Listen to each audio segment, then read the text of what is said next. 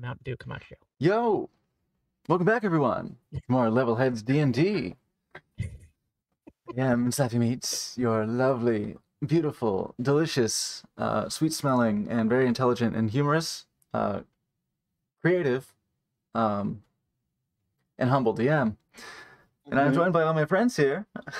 I've got good old Neanderson at the table here, playing his half-elf warlock Dane Solus. Good morning. We've got Fatal Pierce playing the fallen Athmar sorcerer Morgden Gwicht. Oh, hi. We have Rilla playing the tiefling monk Shidani Lawala. Hello.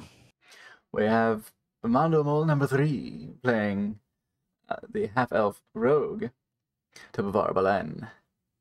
Oh. Got Nantinator as the Warforged cleric Branded Edge 303. Bleep bloop. And trapped in a teapot, we have Lola Man playing the Lich Mule of Terragoat. Teapot Lich, there it is. Nameplates come up just in time. Oh my, oh my, oh my. Everyone, what happened last time? We caught a guy and we're about to turn him in. His name was something that I have in my notes. Is wait for it. Shit. Warvel the Weevil Forkbeard. Yes. What? Yes. That is a name. It's a name. A high quality Back to name if Weevil. ever there was one. Zoom? He was upset. Yeah, he didn't like it. I can imagine. I did sneak away. How dare. And now we're in Mirabar. And adventures await. That's, yeah, pretty much. Pretty much the long and short of it.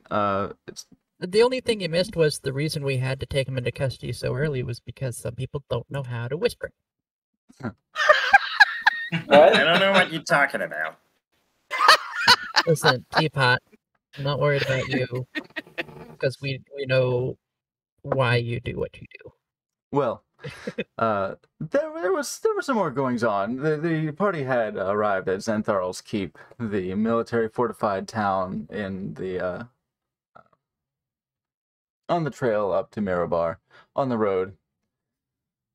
The town fortified for bandit raids and such. As it is, the place has pretty much the entire region where you are has been aptly named the Savage North for its harsh and barbarous nature of the frontier. But in this city, this holdout against such raids and banditry and monster attacks and etc., maybe love can bloom even on the battlefield. As the party stayed at the Fallen Orc Inn, did their shopping, come to find that their bounty was working there under the proprietor, Arzastra, the half-ogre patron of the establishment, who Dane rapidly made a connection with and went out on a very eventful date that Mew did his best to sabotage. But despite those efforts, things went swimmingly for the two lovebirds. I thought she was an orc, not an ogre. So it is you got a problem with that, it buddy? is key to pay attention, and it's honestly the very least one can do. It starts with an O. It does. And ends with a Listen, oh. Nancy! I was going to say, excuse you. I'll have what she's having. So, the guards took the bounty. The Weevil was rapidly subdued thanks to some key moves. Literally. Yes, very key. and were taken into custody by the guards, but the task of sending them up north to turn in the bounty from the Marquion of Mirabar was left to the party the following day. On the roughly week of travel on the way up to Mirabar, several escape attempts were made by the tenacious, frustrated criminal, all of which were roundly thwarted, and his bonds ever tightened with every attempt. But at last, the party arrives at the great walled city of Mirabar, the richest city in the north by a wide margin. Ooh, also, I managed to sneak in a request to the Dark Lady. Yes, there were conversations. There were surreptitious conversations had between the teapot and a certain shadow dragon the party had acquainted. But you approach the city with your cart, your quarry jostling at every bump in the road. The city before you rests atop a low rolling knoll on the north side of the Mirar River. A knoll, not a null. Very important. Yes. Enclosed on all sides by a sloped outer wall. The width of this wall being impressive, wide as the city blocks of Mirabar itself. Earth. In terms of defenses, is it the same caliber as what we just came from, or yes? Okay. If not, What a more weird so. question. Indeed, The only thing they're not, I think, situated against is like aerial giant attacks. Or was that the other place? That's Did we change Xanthar's that? That's you. Oh. Yeah. Sorry. Why a Assassin's mermaid Xanthar's would Keep. align themselves with giants, we don't know. But observing Oh, I know. the city, observing the battlements, they are massively thick, wide walls with that are actually roofed. They actually do have roofing over the walls themselves. Some defense against maybe the elements, the winds, but it seems that these sloped roofs can be frozen in the wintertime. Water can be poured down these roofs to make it more impossible, to make it more impassable if there is any attempt to scale these walls.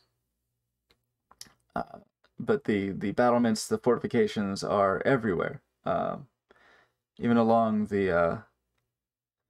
even where the township meets with the Mirar River, the docks there are also fortified. It looks to be a very well defended town, as it has every right to be. Those from the north have no shortage of knowledge of how wealthy the city itself is, as a very rich source of mining operations. Mining and dwarven crafts, and plenty of trade passes through.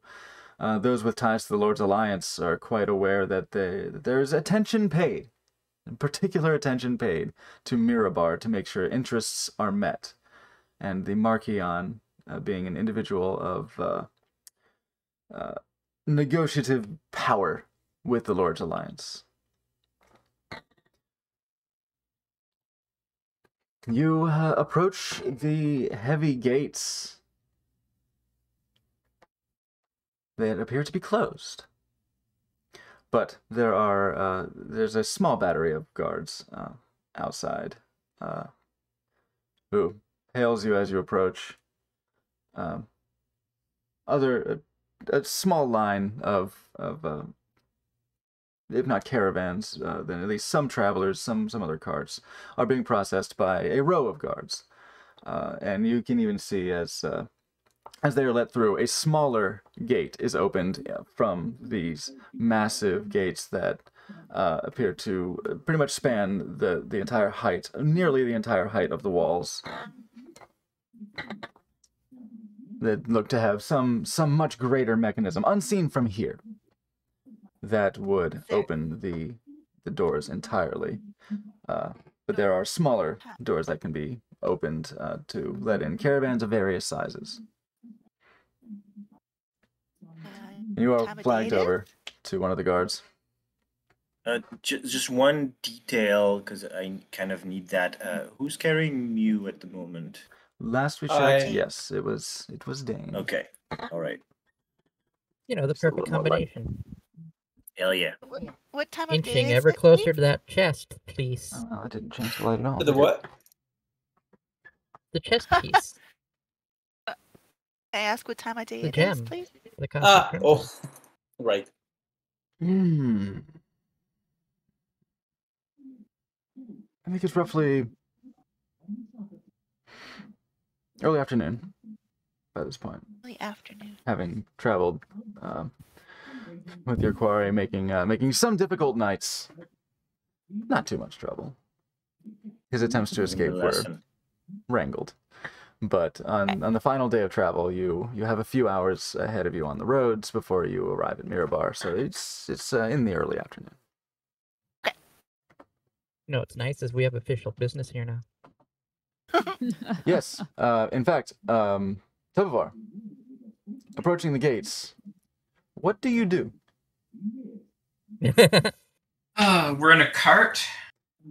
You have your ponies. There can be some configuration of the. It's a relatively small cart. 15 gold cart. It's not not a luxury sedan as it were, but it is a cart able to be ridden. However, you have hitched your ponies and small horse. You can certainly have space to ride next to your friend the Weevil. Mm-hmm. Well, I suppose.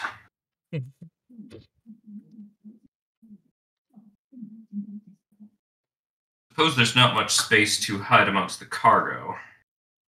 Yeah, there's the cargo that is on there is pretty much what you carry on your backs. Just to lighten the load, you place it in the cart. It doesn't amount to a whole lot.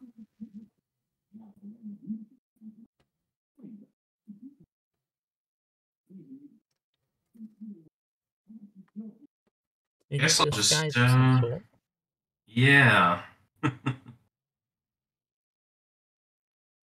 Shouldn't be. Well, Turn to Morgan. Yesterday. I shouldn't be allowed into Mirabar. I've been wanted here for some time.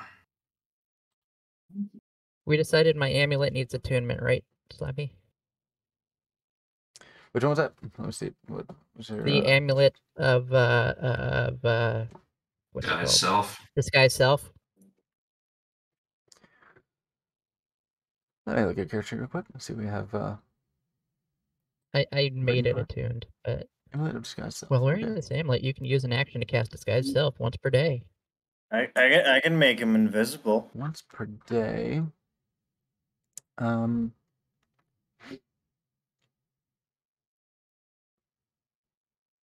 Yeah. For a price. You can make him invisible, or I can make him into.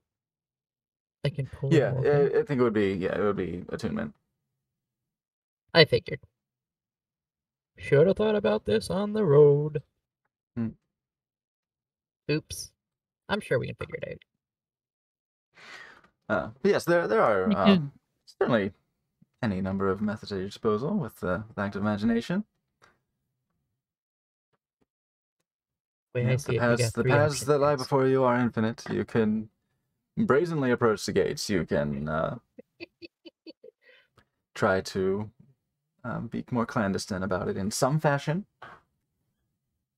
Yeah, Mew doesn't know the situation, so he's not suggesting shit, but you have seen him turn people into... As a reminder, you do remember that there was a conversation with Broldenthar the sage that you had rescued in That's the right. Earth Temple, that there was a request to him to have some strings pulled that would Yeah. allow you access. The success of which is unknown, but Hmm. you do know that the request, the ticket was put in, You know what? basically. I've got a couple aces in my pocket. I'm just gonna ride up. You sure? Okay. All right, so you'll be Okay. sitting in the cart, sitting on your horse. I'll be on the horse. Okay. Not completely brazen, like middle of the packish. Okay. Cloak up. Yeah. Okay, so yeah, not making a spectacle of yourself, but existing, but not Yeah. trying Okay, to just doing a tricorn not hat. trying to appear, not trying to mask your appearance in any way or yeah. Okay. All right. Yeah. So the guard hails the party over. Welcome. Bow down as your new master arrives. Kidding. Hello, Listen, good you sir. have Is it no Phil. reason to worry Sorry, about this guy. turns to Dane. I'm sorry. It not me. It was It's okay. It's okay. So We're here for mimosas. no. We have a man who is wanted, and we wish to. We have his wanted poster if you need to see it. His name is Warble the Weasel. Mm-hmm.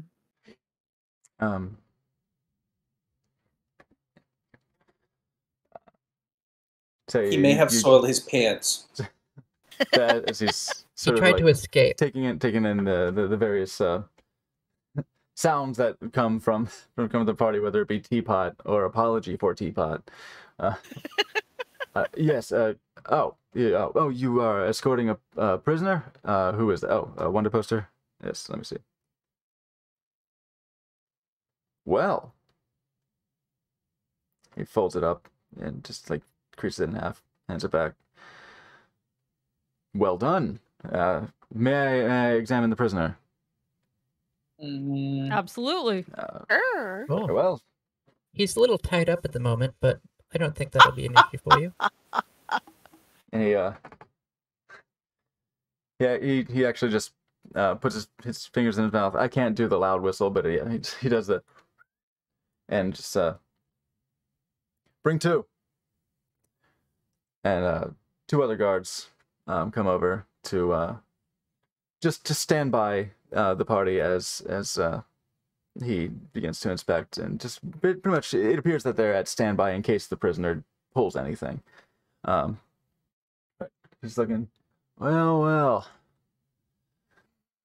it's about time you made your way back here, huh? Slap, slap. Well done, folks. I trust you'll be wanting to take the prisoner to the Markion. We could escort him ourselves. We could send a detail, but I think you'll be wanting to get paid. This is a hefty bounty. You'll be wanting to get paid for this as soon as possible, I imagine. Yes, I feel like that would be our first stop. Keep One drinking, moment. honey. Yep. Richter. Yeah, bring one of the writs. We're gonna need an audience for. No, it's a bed. Yeah, look at you. 1, 2, 3, 4, 5. Okay, we're gonna need an audience for 5 as soon as possible. We'll get you a writ so you can sort of get to the head of the line, so to speak, if there are appointments made. This will fast track you to the Markion, or at least the Markion's clerk. So you'll have an audience soon, and you'll be able to collect your bounty on this one. Thank you. Let me roll something for Ew. the other 2 guards as well.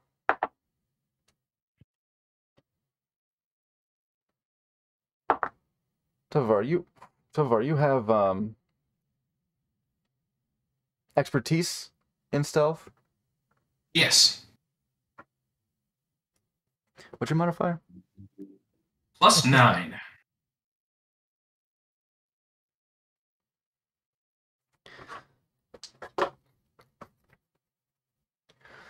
The two guards that are standing by, as the one it sort of waves you through and says, and passes the writ to who's in the front.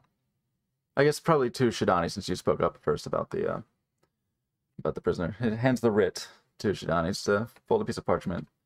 You can, if you open it up and read it, it's like for admittance to the keep, standard bureaucratic shit. And you start to pass through. You notice one of the guards.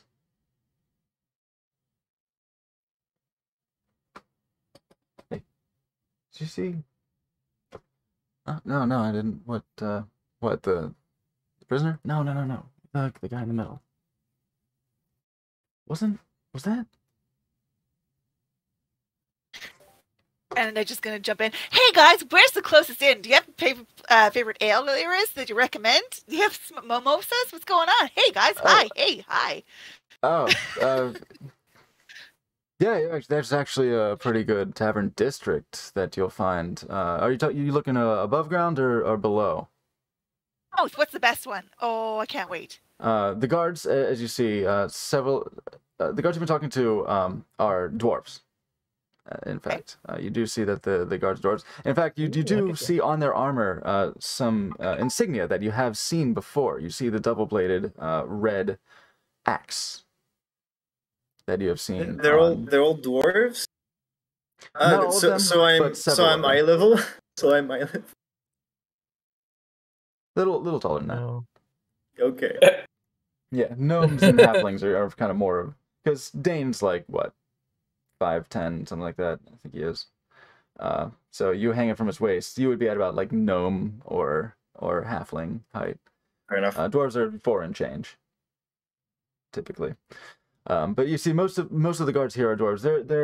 There are some humans. The humans do not appear to be wearing the same axe insignia, but they do appear to be lightly armored and holding spears or carrying short swords, both assisting with the passing people through. But yeah, one of the guard in response to the question, it depends on the clientele, really. Most of the humans who come through the town or do business here and live here, they tend to drink topside. But the underhalls of Mirabar have quite the nightlife as well. And the good thing about being in the underhalls is that it's always the nightlife. Oh boy! Any good establishments you recommend? And I'm trying to wait. There's a few of our party members who really like a good ale, if you could suggest. Yeah. I'm trying to distract them so that Tovar doesn't get noticed. Yeah. That's you see, even as he's talking to you, he's still like, yeah. If God, what was that? You just said it. What was the guy's name who was gonna try to pull some strings? Sorry, the sage that you had rescued from the Black Earth Temple was Brolenthar. Brolenthar. Brolda the with a D. shield dwarf. Shield dwarf sage. Is he the one that was wearing that insignia? No. No. No. I'll tell you what. Make an intelligence check. Yes, please. Okay. What is my intelligence? Fuck, 9. You remember seeing it at some point. Mm-hmm. Might not be ringing a bell as to who had it. The Rolling Boulder is one of the more lively establishments down in the Underhalls. Above ground, I don't really. Sorry. Excuse me. And he'll point over to Tovar. Quick question. Yes. When Sage Brolenthar is in town, where does he stay? Brolenthar. Yes, we saved him a while back, friend.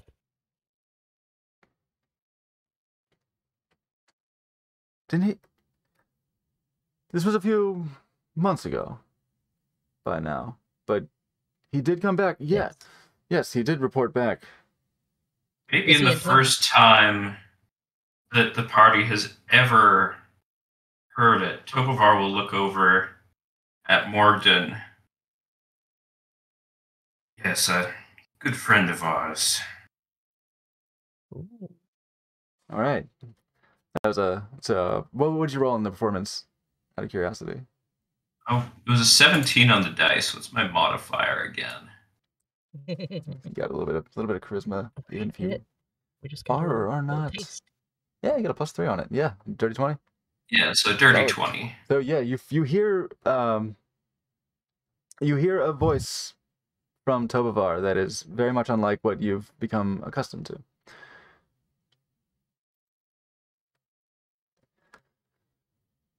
Huh.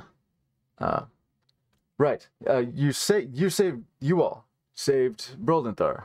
He did mention he came back from a very harrowing experience. Warned us all about cultists. Yes, Earth cultists in particular. Very happened dangerous upon for his myself. family history, gave that to him as well. Yes. Huh. And with a sort of a passing glance at Tobovar, and hearing this voice.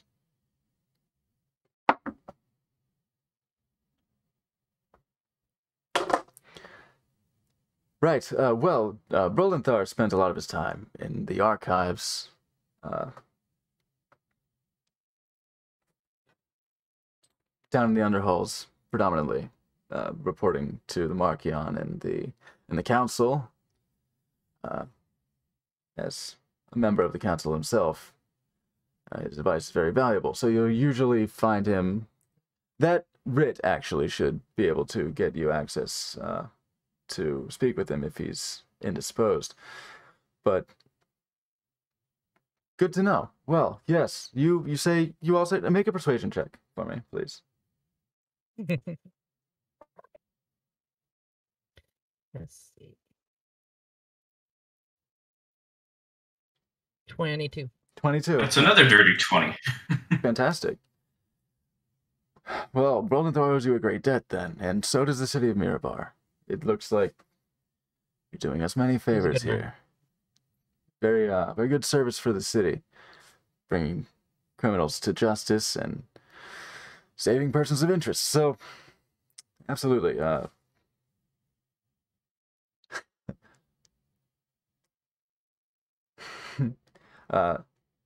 Tell Rukar down at the Rolling Boulder that first round's on Richter. Rukar. Yeah. Gar. Thank you, friend. First Of course. round. How do you spell his name? Richter? Richter spelled very Dwarven, so I guess Richter would be spelled Riktor. And Rukor is R-U K-O-R.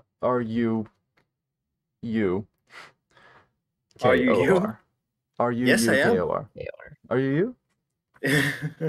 Pretty sure you knew how I spelled Richter the first time. Castlevania. Richter, yeah. Castlevania. Belmont way. The Belmont, yeah. Belmont. Right. Say, you have your writ. Sorry to keep you for so long. Please. Enjoy your stay in Mirabar. Thank you for your. Oh, we will. Okay, Never bye. understand these shit. And the Don't gates, mind Dane, the he's smaller trying gates his will open for ventriloquism. you. Sorry? I said, don't mind Dane. He's trying his ventriloquism again as we roll out. Anytime. I will just. You look He likes to ridiculous. pretend- Yeah, you'll get it.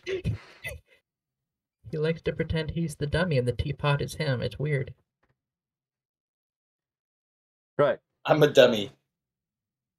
Cause no trouble. I think you're very smart. Are we in on the road Nope. basically Opposite.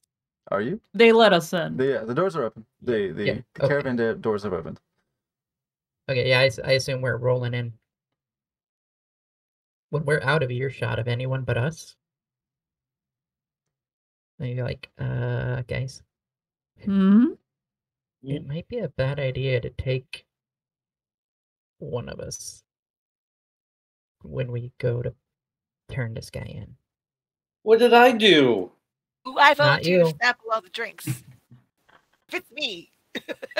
I believe he refers to our sneaking plan. Oh. No. We just need a couple. Referring. Brandy, you said you wanted to go find us an inn and get us drinks? Ooh, no, well, me drinks, but I could do that too. Well, find us an inn and find drinks. You could maybe take the teapot with you, so you're not alone. Okay, do you want to help? Come on, Mew. I guess I'm coming too. No, not you. You don't have. No, you're. Let me spell it out clearly. I don't trust Mew in certain places with us. He's been a boon. He's fun. He's so much fun.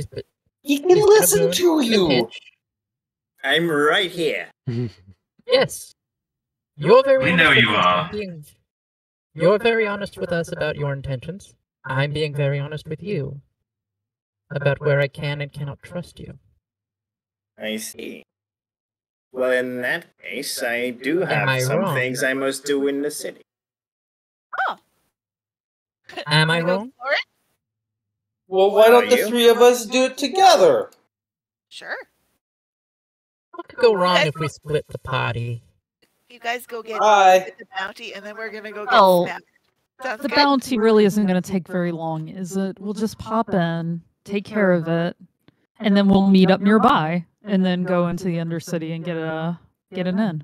But if that's all right with you, because you've apparently taken the lead on this group of adventurers, No, I'm just saying what I think. I would appreciate if my current steed was the one carrying me around the city for now. And if you're coming, I'm going. Okay. I'm not saying you can't come. I'm just voicing my opinion. And I'm granting your outrageous request of hurting me from this group. Not like I'm cutting you out of the bounty you helped. I'm going to turn to Brandy and say, "There's so much drama. It's so entertaining." I know. I look over at Tobavar and I just say, we need to keep a low profile here for now. For all of us. I should I'm keep the a low lowest- profile I'm despite the lowest of all of you. despite getting through the gate anyways. You are pretty short, Mew. I wasn't trying to See, be he's rude, not. just blunt. I understand. Let's just get this. This guy is just sitting here. Oh yeah, See, the you guy guys tied up. Go, yeah, Yeah, just pretend he's watch not the there, person just look talking, over to just his go palms back and once in a while. forth between the teapot and Morgan. Now, Steed. Yeah. Steed? Oh wait, Their it's me. furrowed brows just. Me? Yes. I will. I'll look back at him and I'll be like, you know, if you tell anyone anything you hear here, I'll let the teapot do what he likes to do to you. Promises. You never do. Wouldn't be hard to sneak him into some bars. The Weevil? Yeah, I say that to Weevil because he's just listening to us. Sneak the Weevil into was bars blindfolded And I've at already one been point. intimidating him, so... I guess Actually- he was blindfolded, so his eyes aren't really tracking, but his head is moving Actually, But if you tell remind anyone what me, you heard to the here. source of sound. dear blue-skinned friend, remind me of something. Did the guard take a written description of the state of our prisoner?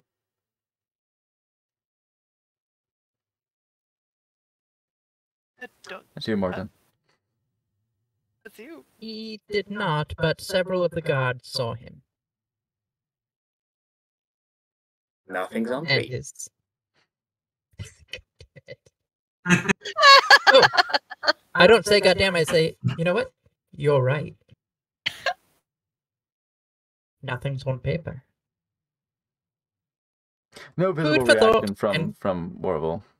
He is bound. And we just drive forward. He is a package, basically, right now. I'm just gonna take them. I'd say, like, let's go. All right. Now, on I'll the go, previous I'll matter, go with Shidani. Should you want me separated from the party for now? I do have business in town. Steed. Well, let me say it like this. Are you going to cause a ruckus with anyone? No, Oh, I'm going hope to make so. a purchase. No, I meant if we went in. But if you want to make a purchase, go ahead. Thank you Are very you much. gonna love make like shopping. a crab, like a hermit crab, and buy a bigger teapot for yourself? That would be Be amazing. hilarious. It's like, put me in this teapot. It's scarier looking. No. Or I like a completely bread basket, or I don't know, like a chest? Coffee decanter. Oh. You feel free to Dang. let your imaginations run wild as to what I'm gonna procure. I still need to get. Dane, not everybody keeps flashy magical things in their chest. As you drive through as you take your cart and prisoner and your horses, your mounts through these streets of Mirabar, you pass by plenty of relatively uniform, low, squat buildings, very organized, grid-like in its in the city planning that you see around you. The streets look to be more or less optimized for foot traffic and carts to go through main thoroughfares and side streets that flow through not cramped but narrow passageways between the buildings. In many cases, fairly well lit by the lack of extruded roofing on the building. You do have your sloped roofs and your nice architecture, but most of it does appear to be carved out of stone. Not a lot of use of wood, save for, say, maybe roofing tiles on roofs that have it. But as a mining town, a lot of stonework, a lot of masonry is involved in the constructions of the buildings. Streets are busy, but not crowded. There is a flow of traffic. There is an efficiency in the goings on. The din of the crowd as people carry on conversations is casual, comfortable in most instances. Maybe some people arguing over prices or raised voices in that sort of regard, but nothing seems to be flashing out in terms of people being on any sort of alert.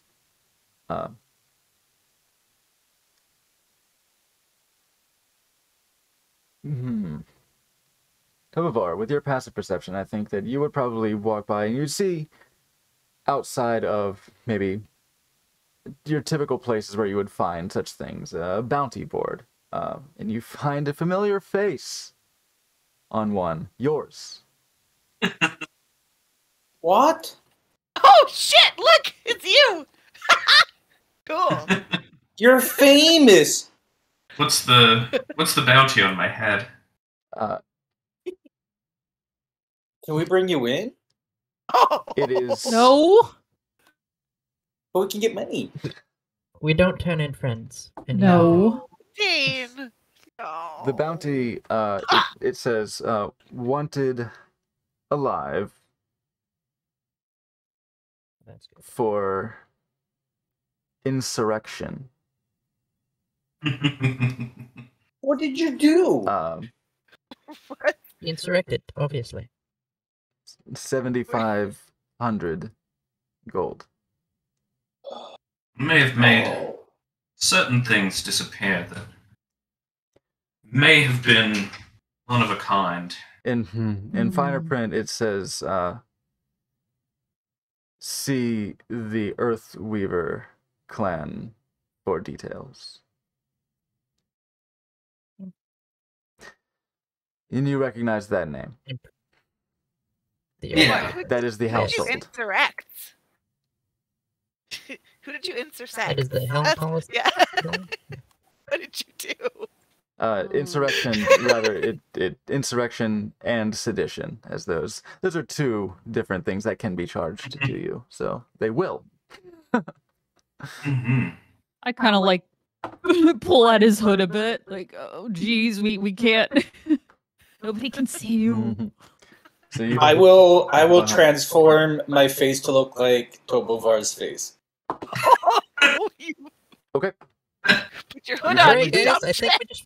What if I, turned myself in and then got the profits and then teleported out and then ran away and then Fantastic. get my face back? So Dane has Granted, Edge, I have a feeling that you miss carrying me greatly. Dane, Yeah. do you think I'm that if ready you to look grant at that. Tobovar and you turn yourself in, they'll give you the money before they lock you up? Yes. No. I'll take the money and then we'll go drink. They'll it. give us the money. That's what he's Yeah, saying. We yeah, turn yeah, both yeah. in. And Yeah. And then they know our Andy, we faces could get and so many probably our mimosas. names, Oh my god. and then he I disappears, can't. and they ask us Well- about it. So Dane has used his Mask of Many Faces to don the visage of Tobovar. Okay. That's a bad plan. So you continue to travel through the streets, and as you see, Well, I mean, like, I'll take it off as just like, this is what I can do. But like, okay, he has returned to his typical zaddy look.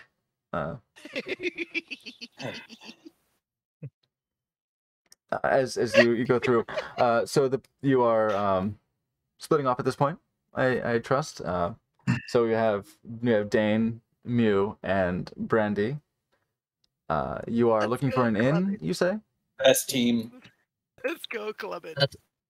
That's it. Well, I just while realized we're it's moving, very I'm complimenting. eyeing I love it.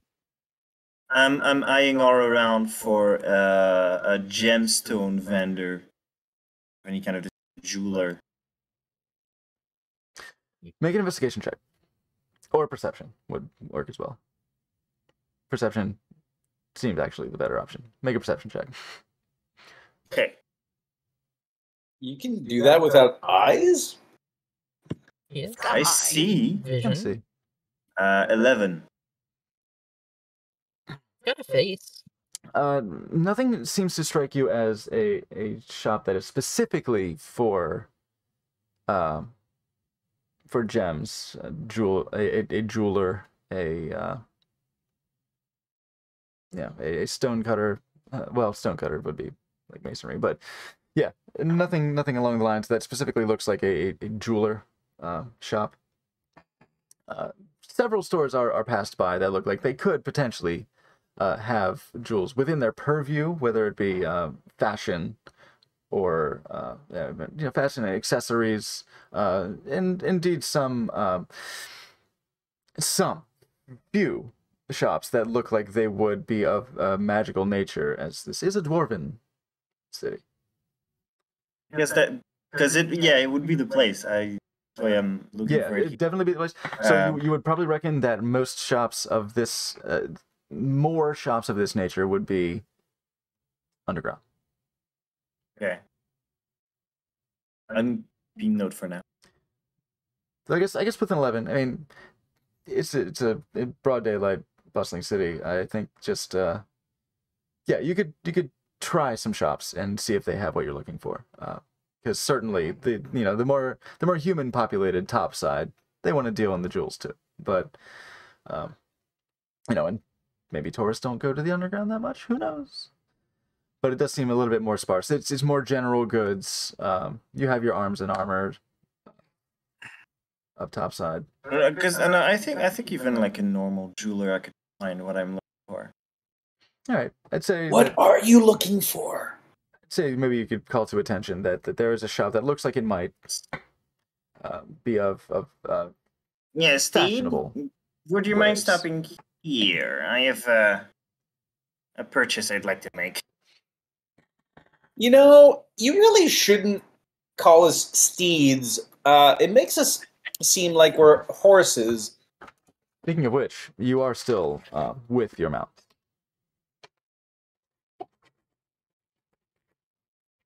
Maybe you could call us colleagues, co-workers, acquaintances. Our names. You Our would names. relinquish. You would so easily relinquish your Ardhern title. I'm not sure it's the compliment you think that it is. It is a conversation for another time. I would like you to bring me to this shop Please? Please. immediately. No. No. You mispronounced me. Yeah, no. I'm gonna immediately just like walk You just keep going. away. Yeah. Let's go despite- drinking. Despite You're Muse- This missing is it. what you get for being a jerk. despite Muse- Hey, Brandy. Protest. You see any good spots to go drink? Oh, I'm so excited. Okay, investigation. I gotta see a bar around here. I'm gonna dimension door him into the shop. You're going to waste your own magical energy, by all means. Yeah, I'll say, Where'd I'll it say go? simple enough. Where'd it go? Typically, it's one willing creature, but you have some interesting caveats for being an immobile object anyway. So essentially, mid-step, you just materialize the door in his path, and Dane walks through it. Hey, what? I will immediately walk And outside. Dane just Excuse You can play excuse this me, owner, game. I would like to purchase. Bye, bye. the owner's sitting there with a mug of tea as you just.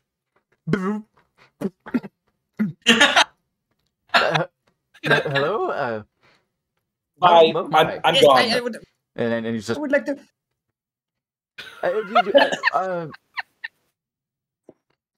Now, Oh, you're back. we are There going you to are. learn about pleases and thank you. Mr. Teapot, when you want your friends to help you out, you say please and thank you. I know this is a novel concept for you, but this is something that you're going to learn. Please and thank you. It's humiliating. Oh yeah, you are humiliating. You're humiliating us with your bad manners. How dare you, Brandy? So Did you find a spot yet? I had rolled a 7, so I'm still looking. Damn it. Okay, and I'm gonna bring the teapot up to like eye level, and I'm gonna shake him around a bit. And okay, do you want to go to this shop that you transported me? And if so, we can go. If you say, please, please, Papa. You're Bring me inside. Very lucky that you have someone there that I need to talk to. In any case, if you would please, I have business at that shop, and I would appreciate if you would carry me there and accommodate the exchange. Proud of Perfect. you. I'm gonna kiss the teapot on the lid and, say, and like tap and say, "Good teapot." Okay, let's go. I don't Come on, think I Brandy. can. I don't think I can puke. He's making the noises. The sound of puking just comes out of the- damage. Great. Just sounds like a cat with a hairball. Brandy, did you say you're making an investigation check for a tavern or inn above ground? It was a 7. It 7? was bad. It was investigation, right? That's You what say I do to look perception. around. Perception. Perception if you want. It's still a 10, but Yeah, it's easy enough to find. I see. You were informed that amongst the trade districts and such, that there was a tavern district, both above and below ground. You find one that sticks out to you. Amongst the busy city, there is a bit of a kind of a rough atmosphere to this one. called Shale's Retreat. You do hear the sounds of yelling, maybe a plate breaking every now and then. Oh. Okay, that place sounds fun. We'll go after Teapot's little outing. Agree.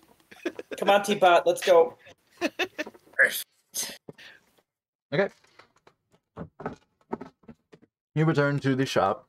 Do you stable the horses first, or you just take them with you? I'll say the other party has the cart with the prisoner in it.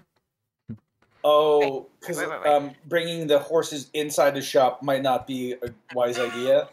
Do they have like? Is that what you're saying? Like a post outside that we can wrap the reins like around? Like a bike rack? Yeah, certainly. By the inn. Only there was a name for one of those things for horses.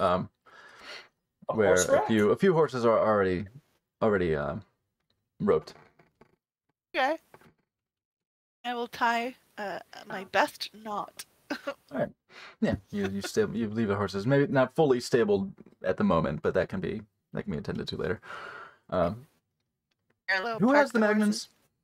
Parallel park. I think the Magmans are in the cart. No. They're not? If so, the cart's on fire. Okay, then.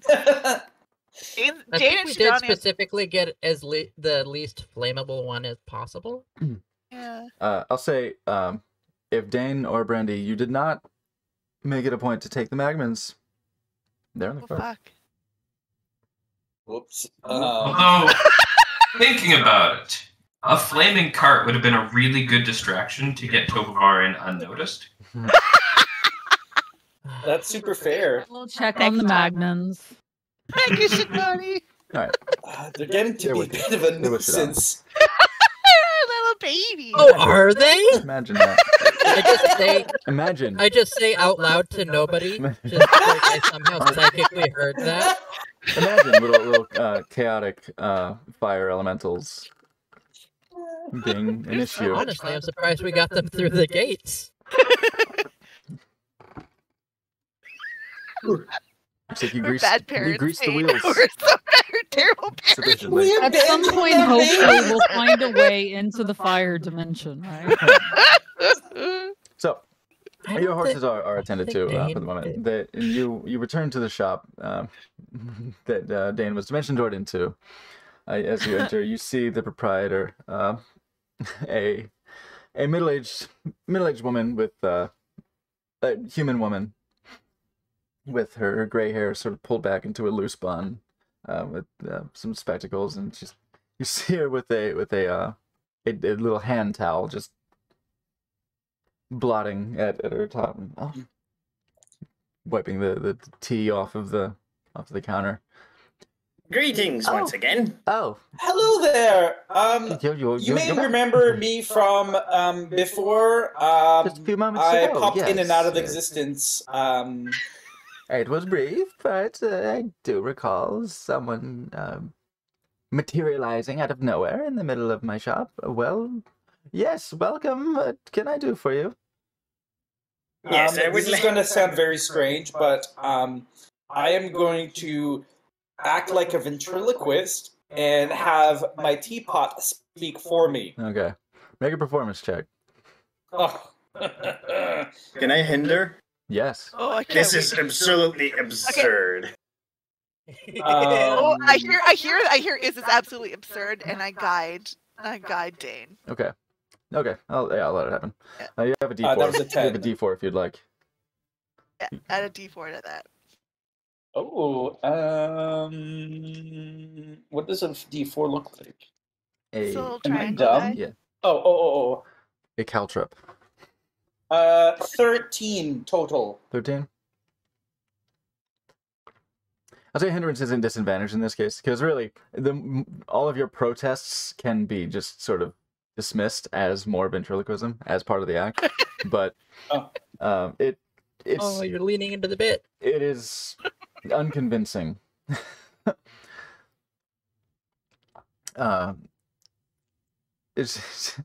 She's. I'll say that your hindrance is basically you like sort of changing your tempo, changing the speed of how you talk a little bit, so that like the mouth movements do not match up.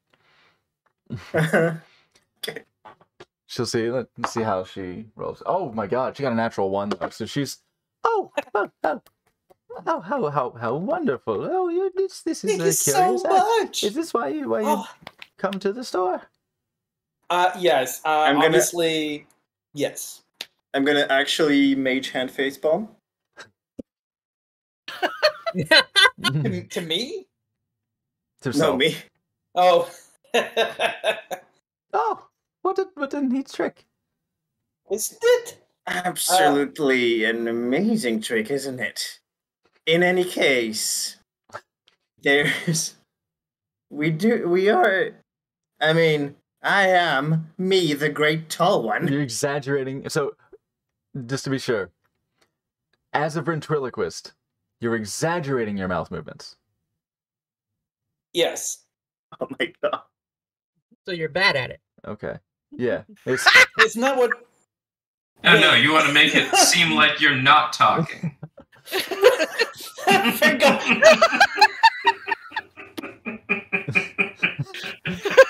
I think we're gonna make that a disadvantage. We'll do it live. A disadvantage on that We'll performance do it live. check. We'll keep it in. It's a real person. I wish I could cast Mage Hand and face palm. Okay. 2 hands I got aren't good enough. Okay. She still rolled a natural 1 on her insight here, so She's still into it. you see her like kind of. There's kind of a pitiful look, like she raises her eyebrows, like, "Oh, he's trying," but but that's how the mouth moves on the pot. It's very interesting. If you would be so kind as to demonstrate your highest quality black onyx.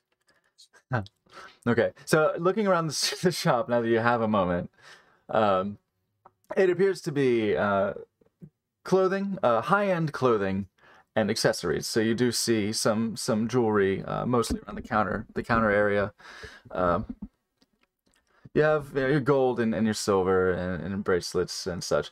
A few stones, just a few stones that aren't set. So you're looking for black onyx. Oh, black onyx. Well, let me think. I might have something like that. Normally, black onyx is a delicate stone that typically one worked down in the craft halls before coming here. But every now and then, I do get a piece that is beautiful for show on its own. Let me see. And she'll she'll just check, like, file through some papers. It appears that she's checking her inventory. And did I get something like that? Did you want it to be sculpted in a particular shape? I should look in my sculptures, my decor section. I would prefer a loose stone, preferably uncut. But if that's not available, the important part is the quality and purity. Oh, well, I assure you, only the highest quality products here. Let me see.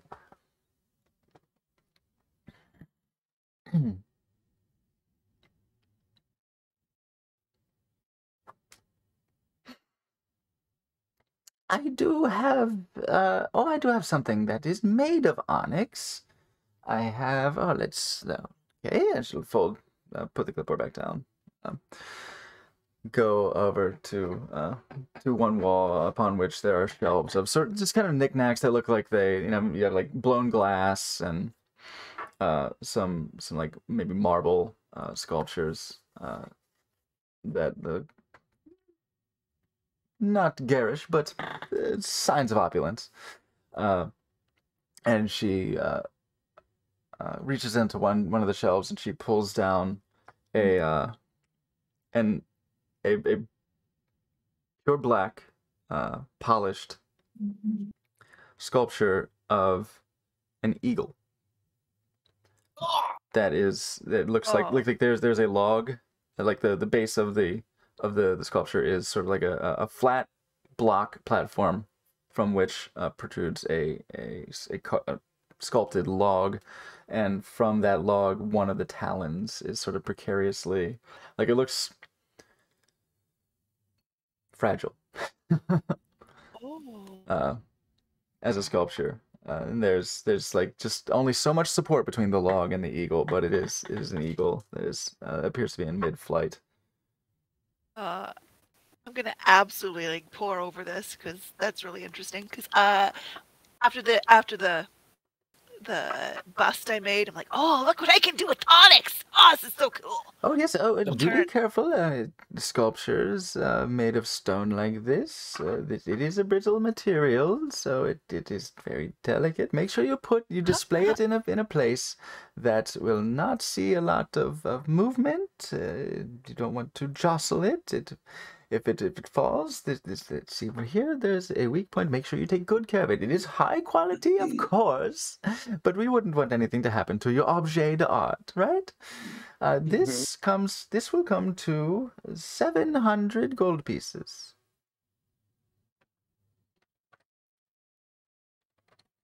That's a lot of gold pieces. Yes, I'll take the. Yeah, I'll take the lid off of the teapot and just like peer inside and like try to like listen for coins. You look inside and see a swirling void. You hear some clinging of coins, some glass banging together, and some sounds of fluids kind of messing. Yes. All right. Teapot, 700 gold from you. Hurry up. This is still part of the act. Oh, it is charming. Oh, yeah. Yes, and harsh judgment, I believe, is the only way to better the act. So do not hesitate. In any case, I'm gonna summon up 700 gold. Okay. You produce 700 gold. It emerges. It sort of, as you look in, this sort of like swirling purple and black void. This just mass of emptiness, and from it you sort of see this little piles, sort of like this the top of a heap of coins starts to come out. You just reach in. It's accessible to you. Here you go, lady. And I'll shove the gold toward her. Yes. Start setting it across the counter. Okay, well there you are. Well, there you are. Again, be very careful. I can wrap it for you. It's the very least I can do. And she'll 1 second, and she'll go and grab a little wooden box. Not little, bigger than a bread box, and start reaching back and grabbing just. Not soiled rags, but like rags that look like they're maybe scrap material from some of the like curtains and clothing and stuff that's around on the racks. Maybe stuff that's been decommissioned off the racks, but like some stuff that just pads the inside of the box, wraps the statue in it.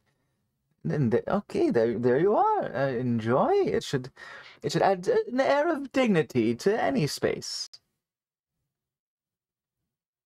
Oh, I should have asked before. I still want to have a look over of the thing, like quality wise, if I can determine. Make an intelligence check. Anything. Yeah. Investigation. Holy shit. It's just it's straight intelligence. Suddenly super raining outside. Ooh, nice. 23. 23. Yeah, no, she wasn't exaggerating her claims of quality in the shop. The onyx is pure. Okay. Maybe too pure, where the talons meet the log, so it is very fragile. Perfect. If it were reinforced somehow, if there were maybe some metal inserted into it from below, it would have been it would be much more stable, but it would be very fragile. That's even more stylish than what I had planned. I like it. All right. Great. You have done a bit of shopping. The other half of the party You are making your way through the streets, looking for the Marchion, I trust? That is the plan, yes. Okay.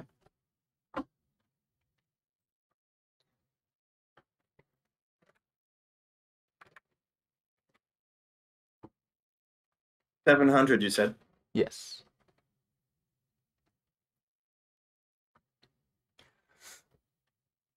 Well,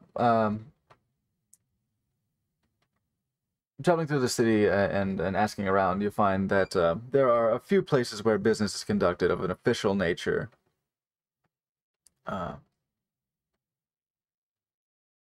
There are, I guess, some bureaucratic processes that can happen above ground, but a lot of the governing happens below. So you can ask around for entrances. Any guard or passerby really will point you towards any one of certain like cross sections, intersections in the streets where you would find a simple building in most cases that would house a stairway down. Typically, a guard would be posted here as well, and I reckon, Tovar, if you're trying to be unseen by them and kind of play natural and keep your hood down, then you want to make a stealth check.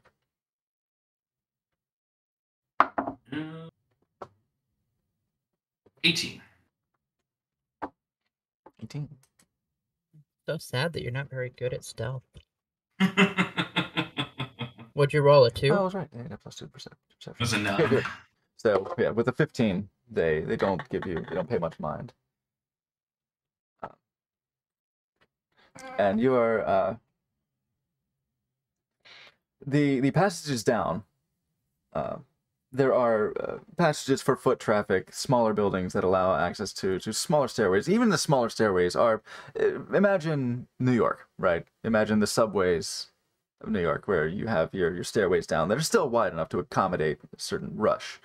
But there are also cargo-bearing entryways where you will be able to take your horse and cart with prisoner in tow down a ramped entrance. And as you go down, you see, for all of the hubbub and bustle of the upper side of the city, down here it feels alive. There's almost a beating heart of energy down here in the mines of Mirabar. Not the mines necessarily, but the underhalls of Mirabar, the undercity. But you do hear mining activity. You hear steam blowing on a rhythm. You see the soft yellow glow around from, like, you know how an Edison bulb has that very warm color temperature? Like, you see a lot of these orange dots of lights that line the stone, the cleanly carved stone roofs and walls and tunnels that lead down into predominantly a huge cavernous space, but that from that huge cavernous space do funnel off several other entrances, essentially as this plaza expands out to many other wide and tall hallways of stone, of masterfully crafted masonry. Well, not masonry, but carved from what appears to be the natural stone walls. Mm-hmm. And there are shouts of just the din of city living. And you hear the pings and tings of construction that appears to just constantly, there's always something being made, always something being built, it seems like, in the energy of this place. You are directed towards the city center, where there is a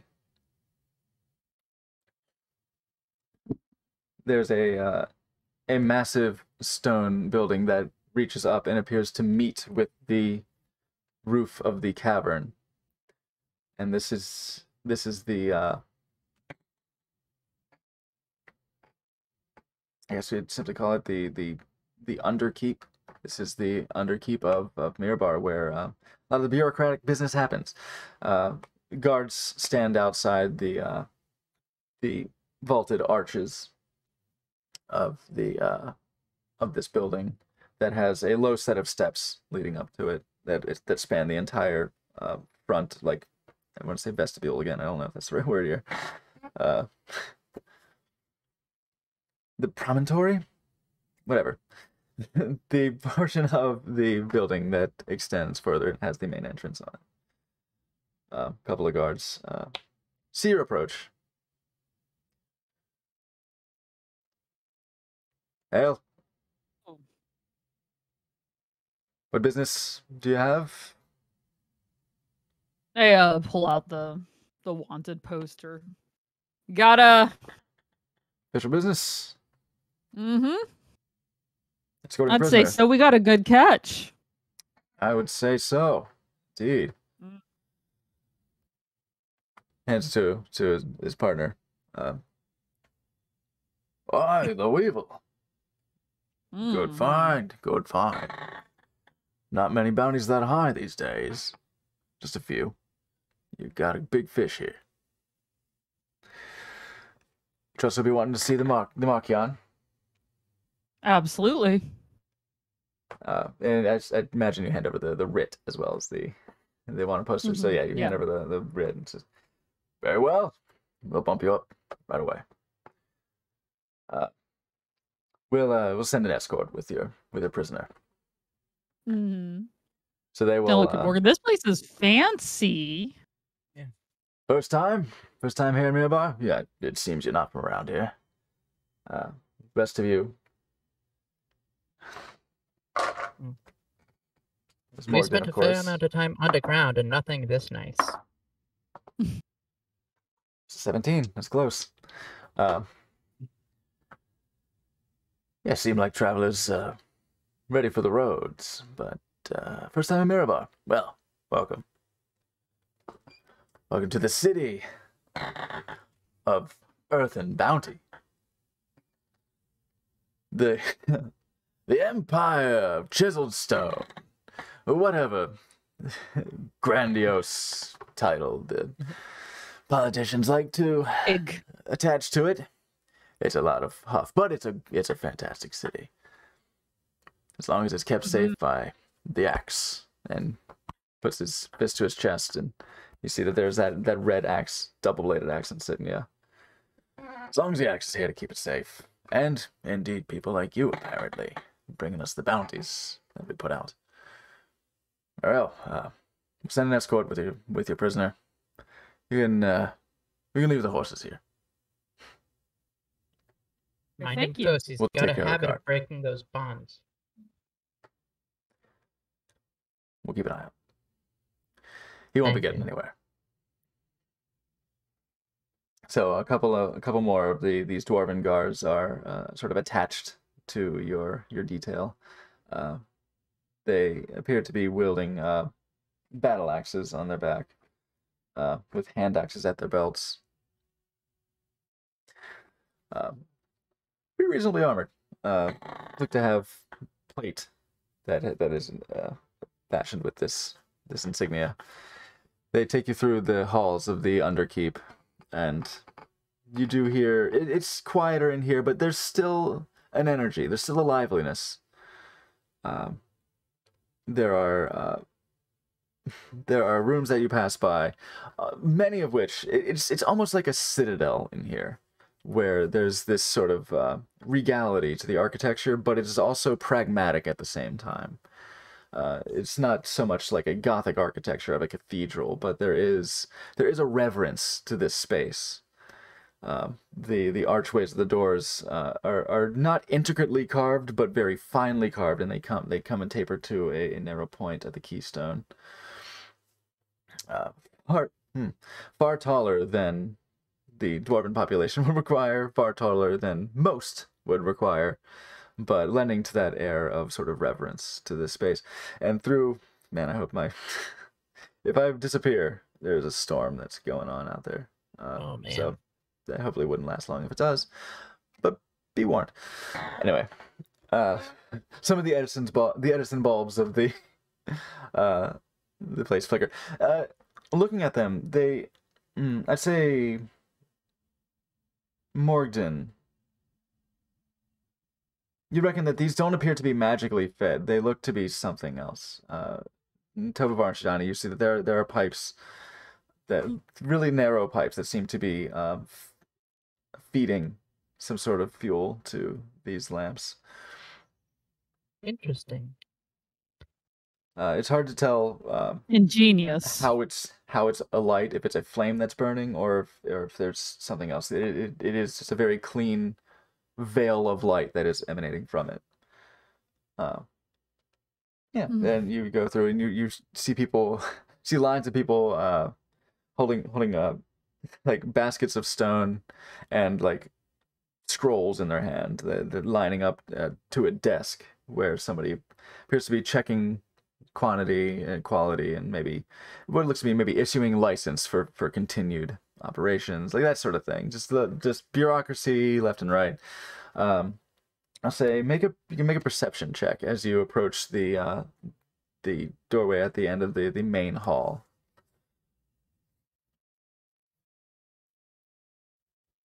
Nine. Passive? 9. Oh, I suppose that is also a 9. 9. Okay.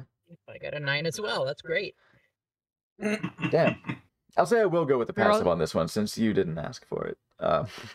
I will go for the passive of 16. So I guess in this case, only Tovavar would hear. What you do hear is you do hear voices coming from the door at the end of the hall, where the guards are sort of escorting you in that direction to say, follow us to an audience with the Marchion. He's currently meeting with the council, but this should get you right through so we can take care of this bit of ugly business as soon as we can. You hear through the door with your 16, right? 15. That's still sufficient. You hear the voice with the 9. You do hear some lively voices being raised in the doors behind you, the doors in front of you, behind the doors in front of you. With the 15, you make out a few words coming from there.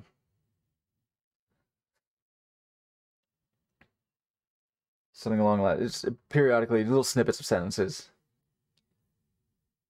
Can't ignore this for much longer. It's a threat to our economy, and it will not be ignored. Can't sweep this into the dirt. Broldendar warned us weeks ago. Being done? What is being done?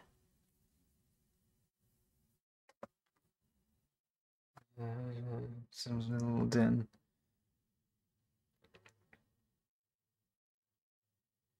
Lost 3 teams already. And by that point, the guards, you and the guards, reach the door. They do a heavy knock. And just open the door immediately. Apologies for interruption. We have a bounty to turn in, a very high-value one that demands the Marchion's attention. We have the writ here for an audience. And looking through, you see a huge table in the center of this vast chambers. Around which it appears to be, one would call it a round table, but the sides are almost stubbornly polygonal. And the center appears to have a vacuous space in the middle, in which currently stands a stout dwarf, to be expected,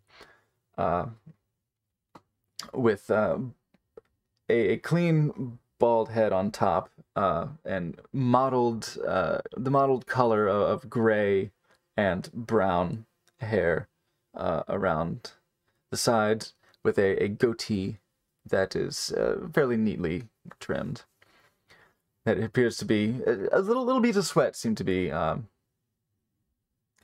dotting his forehead. See, and Markion, you have business. And you see, all right, someone stand up. Another dwarf. Much cleaner appearance than this apparently overworked individual. This apparently self-exerted individual in the center, who seems to have been addressing the council. You just see a large number of seats around this massive table. Like something, there are dozens of chairs around this. So in this wide space, this person has been addressing heatedly, it seems. We will table this discussion for the moment. Let's take a brief recess, if you would. Very well. Seems you all need time to see reason, says the person in the center. Apparently the Markion, a black-haired dwarf with a long beard with two braids on either side, but a long but very well kept and thin. Braided on either side, and one bound sort of central spike of hair in the center. It's black hair, sort of neatly, kind of a less exaggerated Phoenix right? Like just sort of a little swept back and kind of controlled backward. Wearing brown and brown robe over a dignified sort of did I say blazer? Not blazer. Dignified sort of blouse and slacks combo with still heavy boots, as dwarves tend to do. Little orange accents, fairly colorful in a political way, so to speak. Little pops of attention gathering, appropriate for a politician, approaches you. This could not wait any longer. Oh, apologies. If it were important, we could take. No, that's fine. That's fine. Yes. Let's see. There's another scum trying to escape justice brought to us. Yes, there is. Oh, you all. Oh, greetings. Apologies for my manners. It's been busy in here lately. I am Selin Remor. I am the Markion here. I have posted this bounty, and I trust you're looking to collect. Fantastic. Absolutely. Happy to help, but we're also happy to be paid.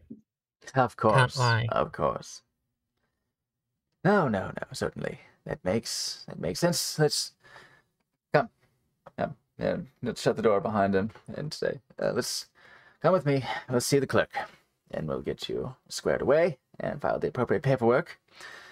It leads you just down the hall to one of the doors you passed, and there is a clerk's desk there with carved out of stone as well. There's this like marble countertop that appears to feed directly into the carved stone walls here. And strangely, well, you don't really need to go behind it, but there are people lined up, being attended to by the 4 or 5 attendants there, the 4 or 5 clerks that Markion just pushed right past everybody. Says, "Oh, pardon me, excuse me, yes, it will only take one moment. Yes, we have a bounty to be turned in here of these fine folks. Take it from my funding, the word I'm looking for. Take it from my funding stipend in drawer F, if you would. Oh, right away, Markion. And they will reach, go behind them, sort of wheel their chairs over behind them, and reach in and grab 5,000 gold. Bring it up, plant it onto the counter. You see some of the people who were waiting in line before they were so thoroughly ousted from their position. What was a look of like indignation that they lost their spot just there is now like surprise and impressed look, but back to indignation. Now, if you would please just sign here to acknowledge the remittance of the payment and the turning over the prisoner. Speaking of which, guard, please take him to holding. And justice, I assure you, will be meted out appropriately for this thug and murderer. I hand back to Squill. Thank you much. Kind of a dick, too. Shadani. Oh, I have not. Did I introduce myself properly? Oh, sorry, I am scatterbrained. Yes, I am Selim Remor, the Markion. You are Shadani Luala, it seems. And looks to Morgden. I am Morgden Quist. Morgden. Oh, very good to meet you. Looks to Tobovar. Raven Blackboot. Raven. Make a deception check.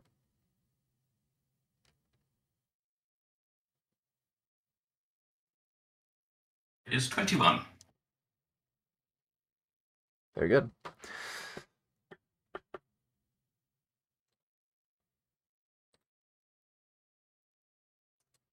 Just check something real quick.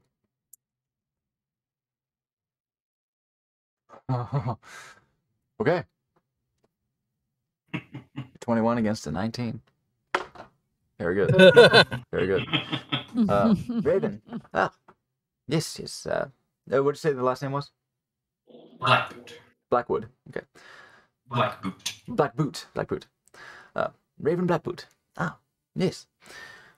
It's a pleasure to meet you all and to have your services done for the great city of Mirabar. Well, it sounds like you were having quite a stressful meeting back there. Oh, indeed. Yes. It seems there's no end of troubles. I couldn't help but overhear through the door. You'd mentioned someone I had met before. What was his name? Oh, your mic cut out. I can't remember. Oh, yeah. Borlinthar? Bradathar? Close. Bruldenthar. Yeah, Bruldenthar. Yes, Bruldenthar. Bruldenthar. Oh, yes. Oh, I apologize for the bluster of my associate. Some of the members of the council are, well, more impassioned in their duties than is good for their health. But yes, a very well-respected member, Bruldenthar. Yes, the scholar, the sage. Well, there was some disturbing information brought to light some time ago. The veracity of which is, well, not in question. But it's more of the import of what must be done. There are many gears turning here. Many loaded carts moving at once. We cannot simply drop everything at the... My companions and I may have encountered some of what you may be discussing. Come with me. He says you're still in the clerk's office. He'll lead you out of the clerk's office and sort of nod to the guards that they're taking care of the prisoner as they escort him off. As he just still blindfolded. He's just a sausage, right? He's just kind of a like tiny little steps, just walking with his fully being wheeled around everywhere. Yeah. It's like it'd almost be faster if they just picked him up by the by the shoulders and just carried him away. But all right, come on. He does sort of like stumble and like fall down to his knees once. Careful there, Susan. Shoves him out the door. To places unknown. Markion will lead you back out the hall and towards the chambers, but then cut a hard left and go down a much narrower hallway than many of the other more public areas, and lead you into an office. One of the few places where you've actually seen a significant amount of wood, as there are bookshelves of a much lighter material than the stone here. Not bookshelves, rather, but like desks. Bookshelves are carved into the wall. Many books books of many stripes, sizes, and colors. Some comically oversized. Maybe the information therein isn't all that important, rather than it looks like an impressive tome. But the desks and some of the furnishings are made of a rich, polished wood. And we'll sit at the desk and say, "Oh, please have a seat." And there are several wooden chairs that sort of surround the desk at the front. And we'll sit down into this chair and reach across the desk, reach to the corner of the desk where nearby there is a stone post, and sort of tap, basically just tap something, and one of the bulbs will alight. Now, you say you have information about Broldenthar's reports.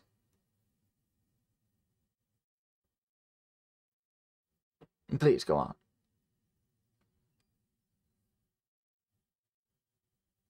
Oh, God damn it. Your mic is... Yeah, your mic was cutting off most of that. Yeah, we missed the beginning of that. Yeah, I heard you at the end, but not at first.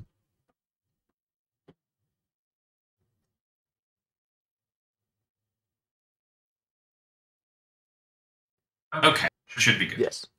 Yeah. It did the thing again. Yeah, mine hasn't done it yet, but we'll see.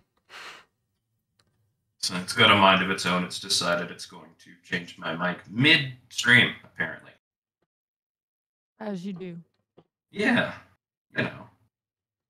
So, yes, my colleagues and I had dealt with the cultists that had taken Broldenthar.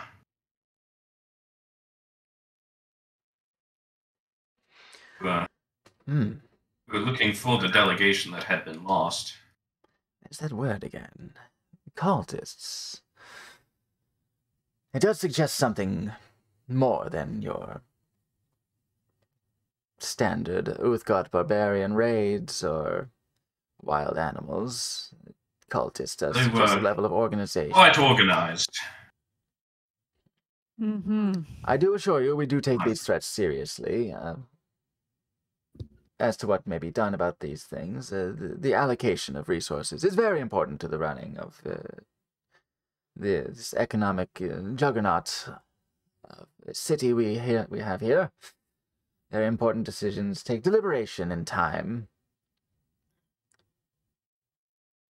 Do you think that these... well, tell me more about these cultists. Please. They seem to have gotten their hands on artifacts of certain power. Friend Morgan here could tell you all about the unfortunate effects of them. Very well. Brolenthar did mention that there was the danger of such things. Yes, he told you of the devastation orbs? There was mention of the strong magical artifacts of great destruction. No confirmation as to the possession of them, but mention. Well, we can confirm that they are in play. We've stopped a couple ourselves. Well, we stopped one, and we helped stop another.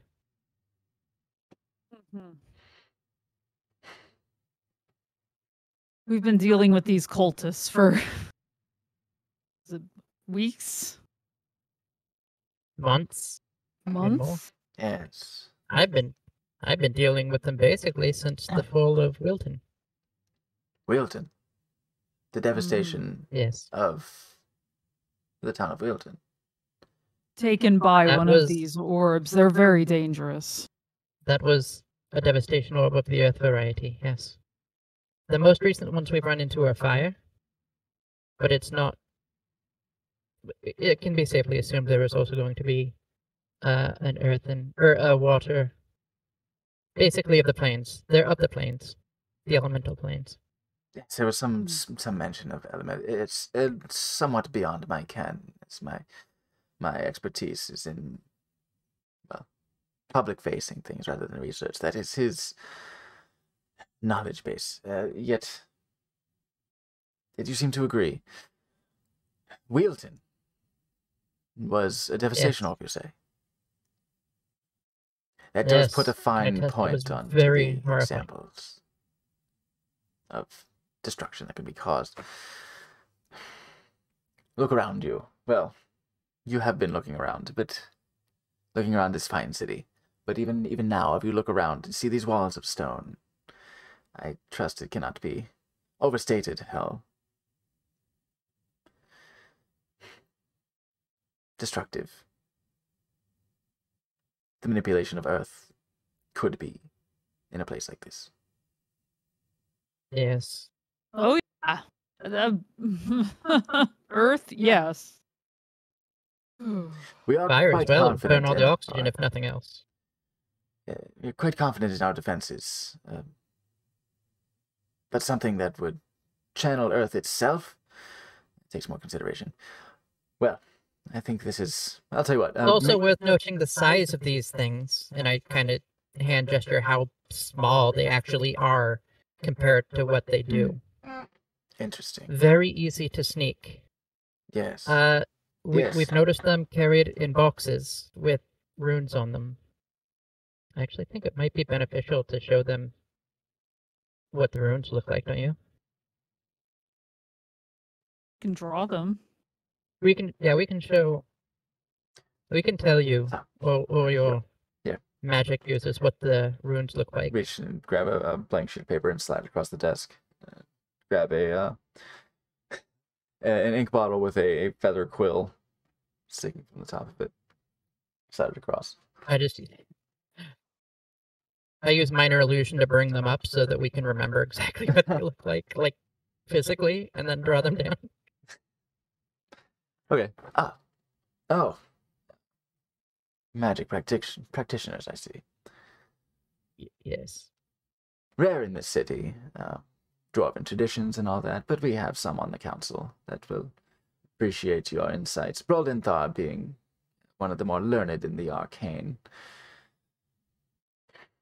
Many of the council remain unconvinced, as their ignorance of the magical practices maybe blinds them. I am not unsympathetic to that point of view. Well, it is not as if I make all the decisions. I am the most forward-facing individual, but I do my best to wrangle the bullets, as they say.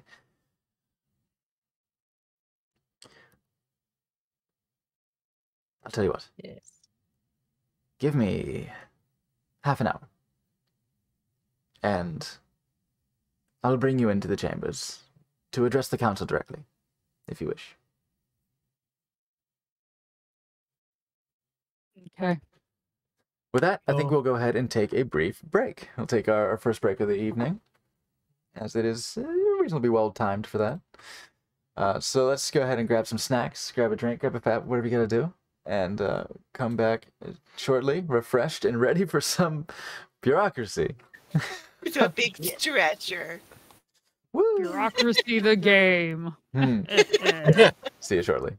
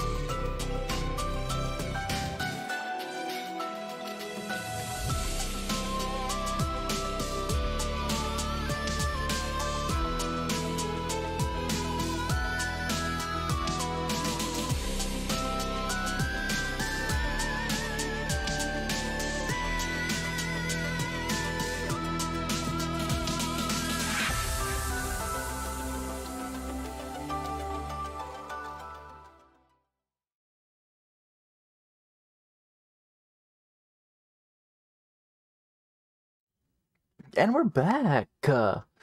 Welcome. So, as the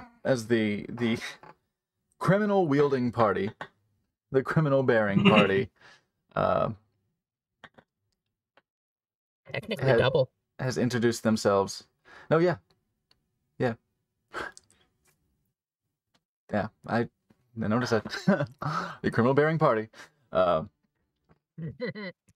made an audience with the Markion of Mirabar, and prepares to have a meeting with an audience with the council of Shimmering Stones.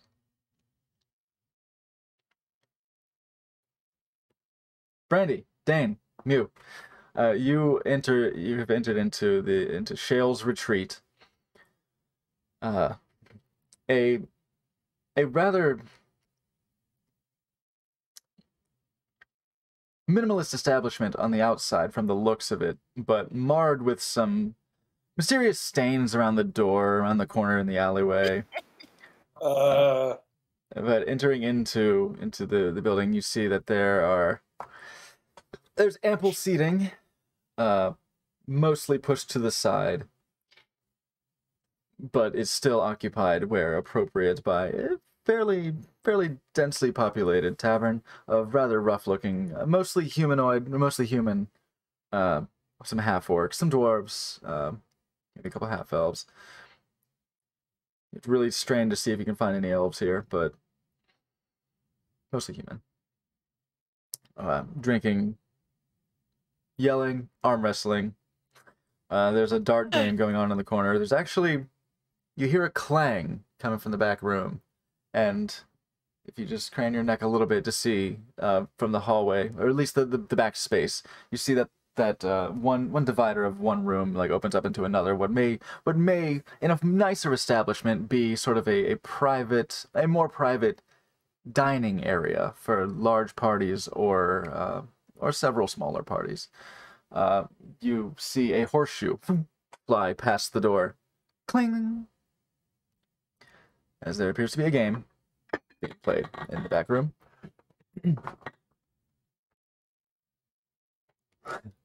Horseshoes, or are they playing block the guy in the face with a horseshoe? Or are they throwing horses at the wall? No way to find out. So you enter into this establishment, and the din. Oh, we have a roll from Healers. Nice. The din continues. Only a few eyes look to see the new folks come in. Bartender says, not much. Bartender's busy handing out beverages. Yo, Papa Ken, thank you so much for the sick game we play here. I didn't get a recommendation for ale. So Brandon's going to go up to the bar and request their finest ale, I guess. They probably wouldn't have wine or anything here. Look, from what I can see of the establishment, it's probably not a wine place. Well, that's all I think, you. Our finest, you say. Coming right up. And you see him reach over to the keg that he was just pouring the rest of the patrons, and pours a tall, heady tankard of ale, and just blows the head away and gives it one last squirt. There we are. Topped off the finest we could. Can I have just like a regular ale, please? Regular ale. A regular size for me, and also a smaller one for myself as well. A big and a small. Regular ale. Coming right up. Same keg. And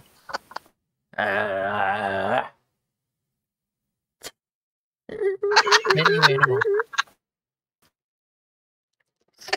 an oversized shot glass. Thankful There can. we go. Storm time. Oh! Yeah. Yay! Sorry, I had to say it. There it is. Oh shit! Fucking doubled it. Oh my goodness. Shit. He made. Well, what he did is he made me roll too, and I rolled the same. I rolled. Oh, I see. Yeah, we both rolled an 11. God damn. Nice. I was like, I just want to roll these money. Thank you so much, Papa That's Ken, not for the first gifting time those today that we've subs. been rolling same-seas. We got a triple Yeah, 9 earlier. 84 cent. I mean, you. Oh, hey, base is loaded. Sick. That's my homie.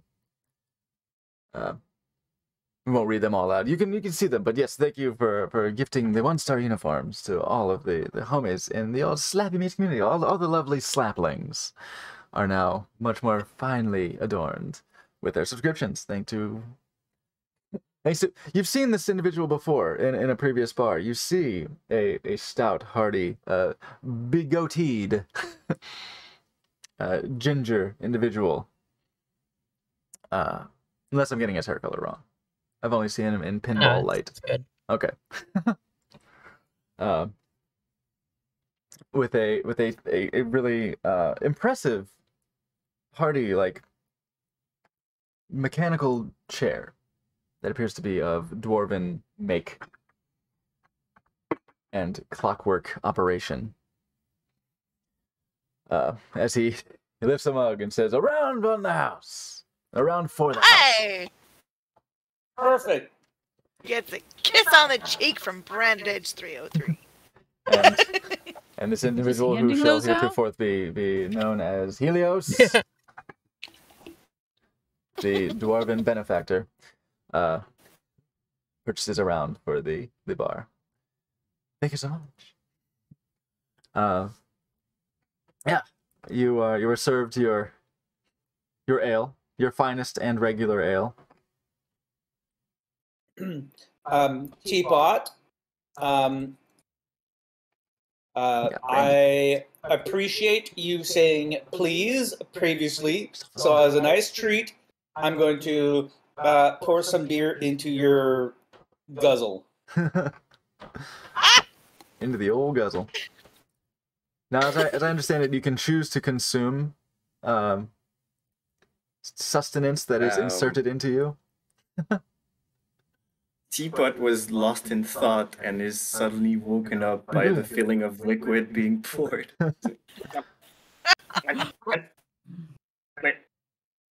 Oh. Well, that's... How much you pay for that? It was free! This is a round butt on the house. It's amazing. Feels too expensive. Mm-mm. Nothing but the best for you, Teapot. His name is And what do Neo. we say? Yeah, and what do we say when Yeah, we he receive says. something? Pick better next time?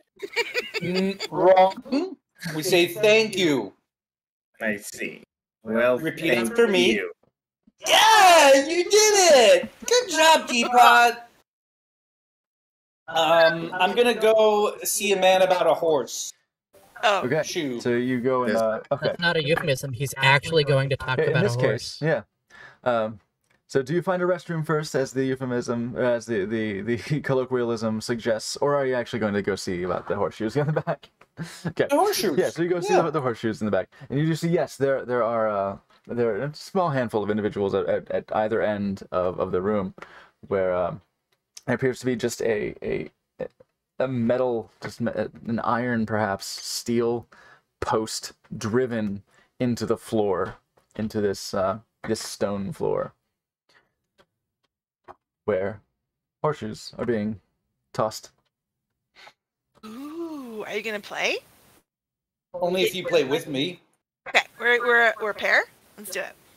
Yeah. Yeah. Oh, the newcomers. All right, hold on. Just let me finish walloping this trollop over here. We'll get you in. You got winners. Okay. Did you just call me a trollop? He might have, and I'll put my hand on Dane, and I'll cast guidance on Dane. And then Well, they're still in the guidance middle on of the game at the myself. moment. So Alright. it may be that he was calling his opponent. Oh! a trollop. Yeah, we'll see about that. I got you the last 3 games. Don't worry, we'll show you how to play next. We'll teach you who the champs are around here. Mm-hmm. See who wins. Okay. Us, obviously. First and second. Oh, he was right. There's the trollop now. Ah, get the fuck out of here. Hey, go get me my drinks. Hey, fuck you. All right, I'll be right back. Good luck. You need it against this cheating arsehole. Hey, Well, this is gone. Hey, the only one cheating around here is your mom. Ah, fuck you. Get back here with my beverages. Wow. And I won't slap you around. Well, Hey, nice this to is meet you. gone. I'm Theodore. And I'm going to be stomping your ass in this game. Come on. You know how to play? Let's do it. Perfect, thank you. You Mew, too. you were saying something? Yes, well, this is going like to cast sending Okay. All right. to Shadani. And I think Mew would be capable of fitting like directions within the 25 words to just tell her like where we are. Yeah, you can say the name, Shale's Retreat. And, it's above ground. Yeah, it can be pretty concise. That's Okay, so just letting him know, letting the other the and better half know where. and that we should reconvene. Okay, yeah, Shadani, you just about the time that I'll say, since these are fairly concurrent events, I think just about the time that the guard knocked on the door to interrupt the meeting, you get a message in your mind. Shit, wait.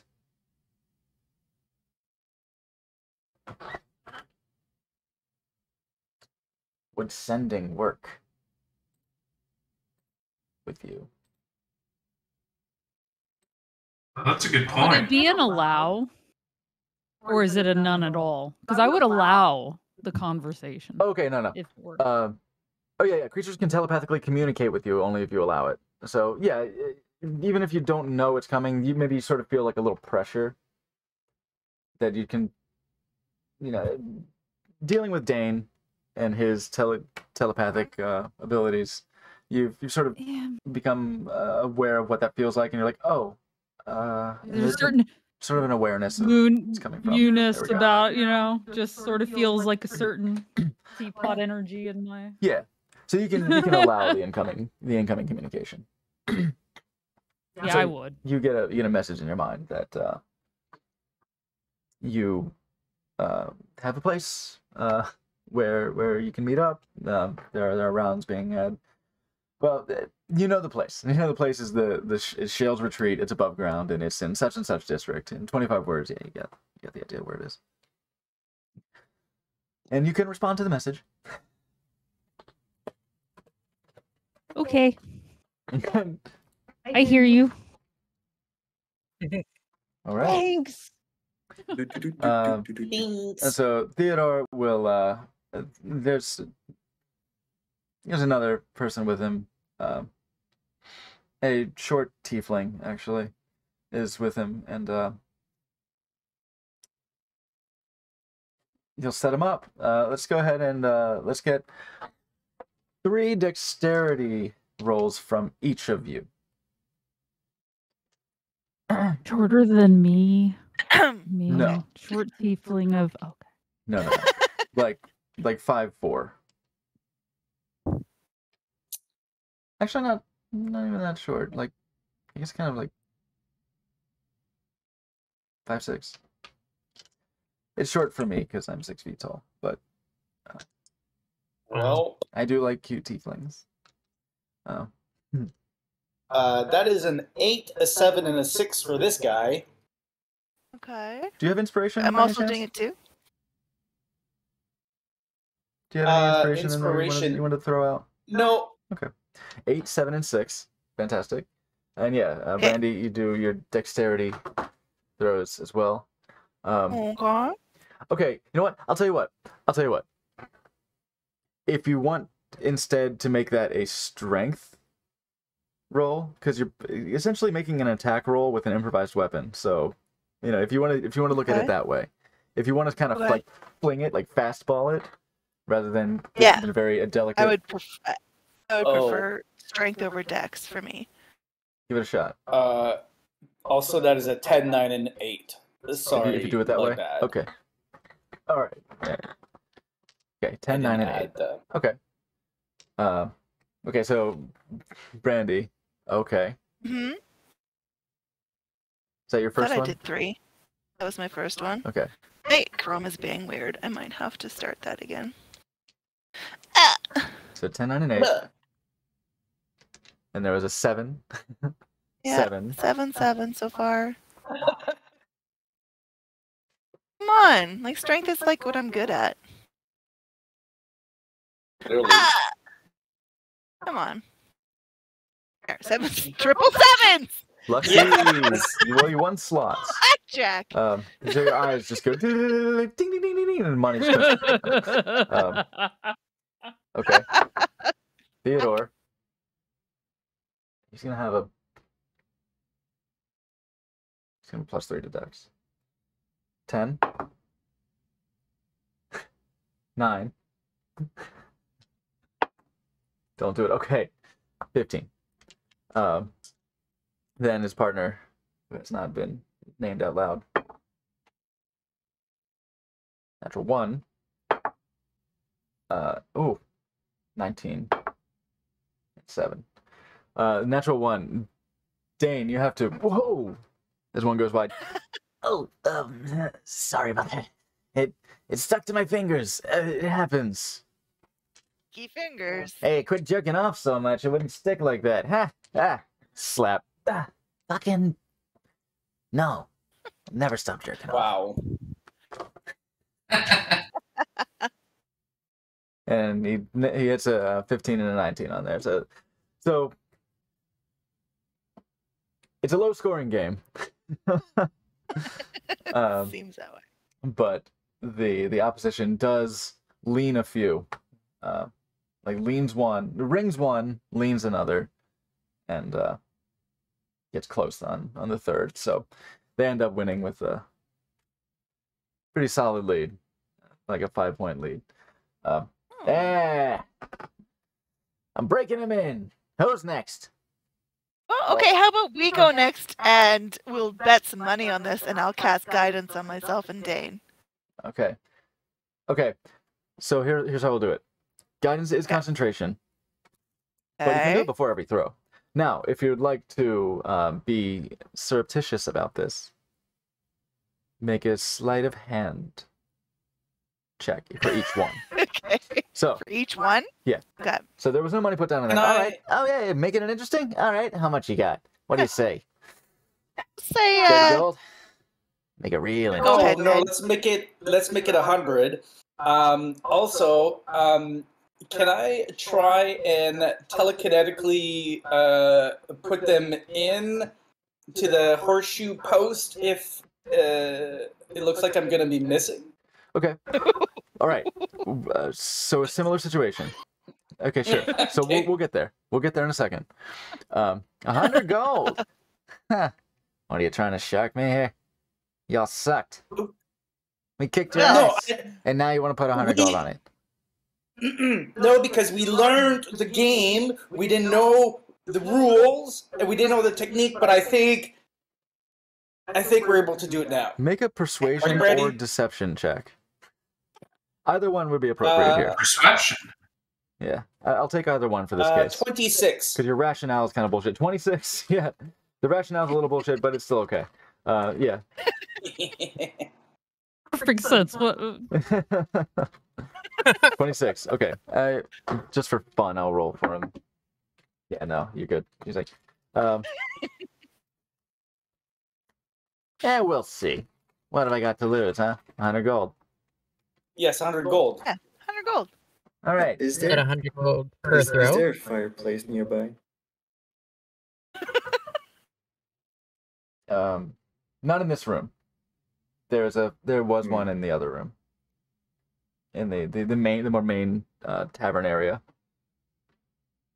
There does not appear to be one here. There are wall fixtures that do have oil lamps Okay, No so pirates. I want to try. I want to try to help every time my companions here are trying to cheat. I want to prestidigitate like a bat, like a little sparky spat From one in of the lamps. one of the oil lamps. Okay. Okay. It's fucking teamwork, man. I love it. So I'll say, so when you cast guidance, how do you cast the guidance before every throw? Oh, well, I'm going to say, okay, Dane, you go first now. Slap him on the ass, and that's the guidance touch. That's fair enough. I won't even require a sleight of hand on that or anything. That's yeah, that's great. That's reasonable. Now. Thanks, Mama. So no whatever problem, you roll Zaddy. here, you can add a d4.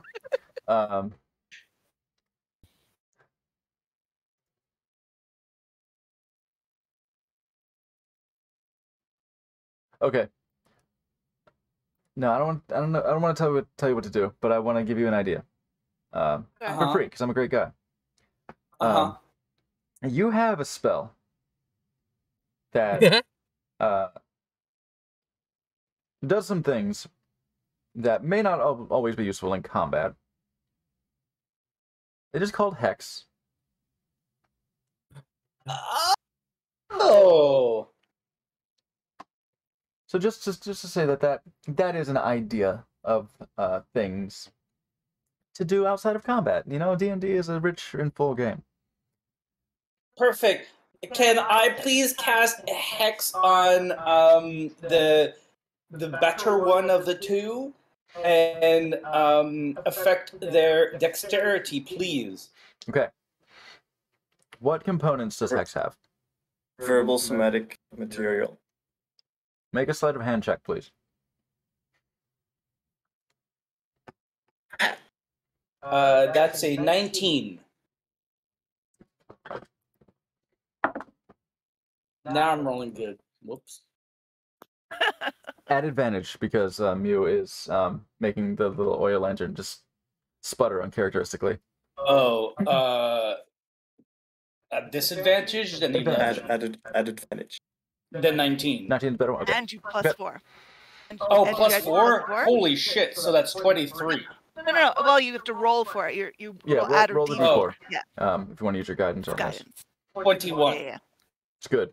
These guys are kind of perceptive, and you rolled a 15. So, okay. They somehow, when the oil and the oil lantern sputtering does help because it makes the light dance in the room a little bit, so that he doesn't notice when this dark sort of aura just dark red toned like shadow just sort of manifests around him, and he now has disadvantage on dexterity checks. No,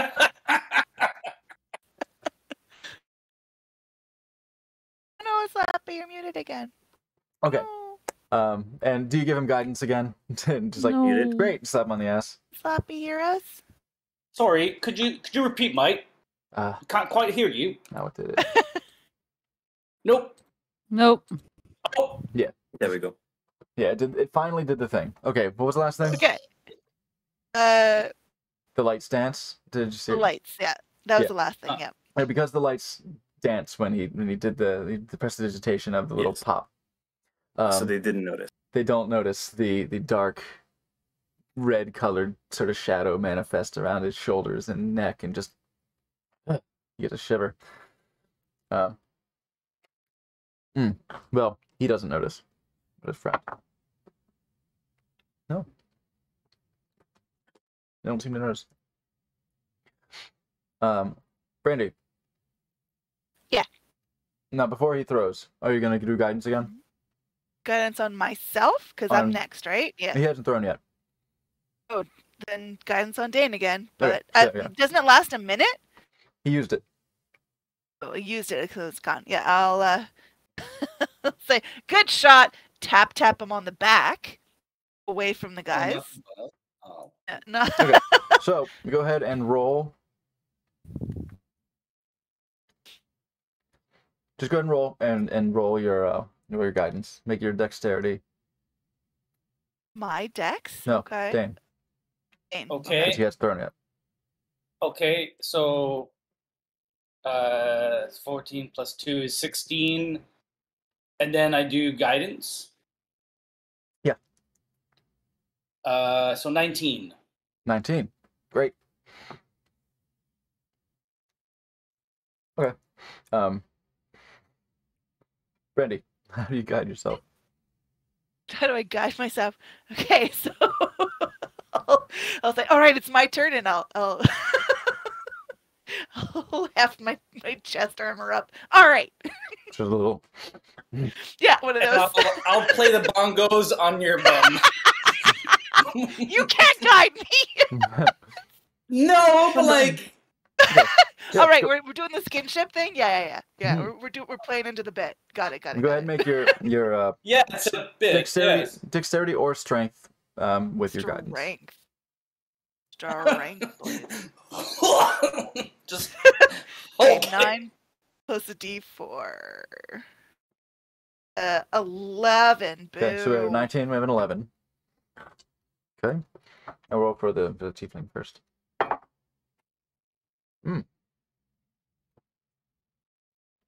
17.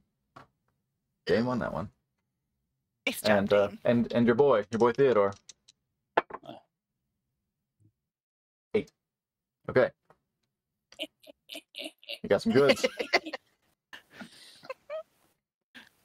All right, round 2. I'll say the guidance is fine enough. You keep slapping each other's asses and chests and get the whole shit show. I make an insight for him. No, it's not good. Okay, yeah. Get the whole shit show. You can freely cast guidance. They're just touchy. So yeah, go ahead and make another. Go ahead and make your 2 more. Make one at a time because you did mention something about telekinesis. So. Yeah. Right, one more. Okay.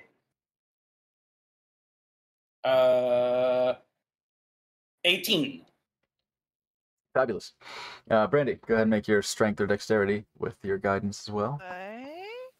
That is a 20 plus 2, 22. Hey, you didn't need. Yeah, you don't need anything. That's natural 20 on. Was that natural or was that the modified? It was natural. Well, strength check. So it was 17 plus 3 is 20. Plus 2 is still 22. very good. So 22. All right, yeah. So yeah, we got a ringer. Okay, it's not looking great for them to be that round. Tiefling 3. Your boy Theodore 5. So they're getting smoked. Make your 3rd roll with your guidance. 14.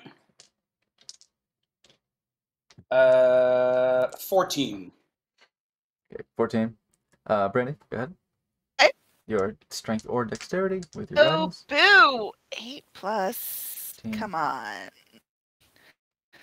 That is 11. 11. Boo. All right, Tiefling.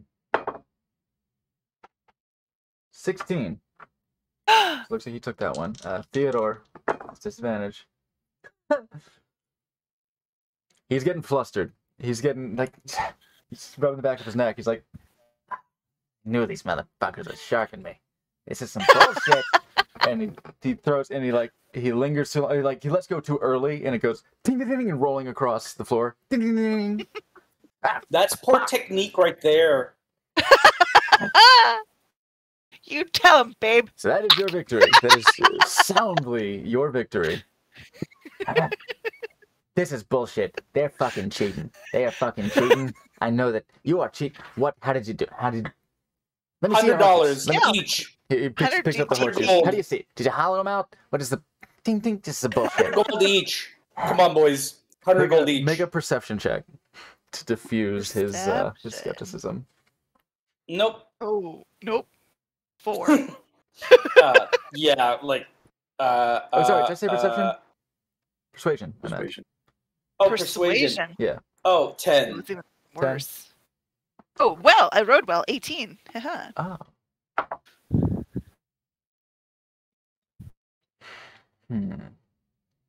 18. Okay. 18 persuasion. Okay, good. Because, yeah, you rolled okay. You rolled 15. Plus a little bit. Oh, the kid.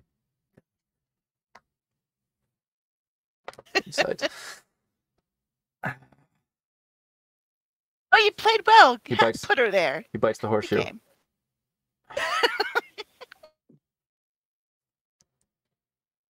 We're just Games there. Pony up. We're just like the pinnacle of athleticism. He just Oh, slaps the tiefling in literally. the chest. Come on, pony up. What? 100 gold each. Let's go. Let's go. No, okay. We didn't say each. Let's not get crazy. Oh, no. All right. And the 100 each. tiefling Let's gives go. 50.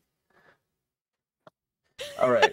If you're gonna push for 100, make an intimidation check. Oh no, no. That is a 19. And a Oh, I 1. poorly. And a 1. Tiefling. Tell him, baby. 19. Hey, look. Now I don't want any trouble over this, but we didn't say anything about 100 gold each. All right. Yeah, but 100. listen. Here's the 100. Look, that's a month's worth of good work there at least. So we'll get you Okay, around too. Okay. Okay, Well, I'm how using- about this? I'm using How my about spell this? slot. No, wait. Or sure, go whatever you're gonna do. Just casting because I don't have message. I'm gonna cast sending into Dane Okay. and say you didn't say please.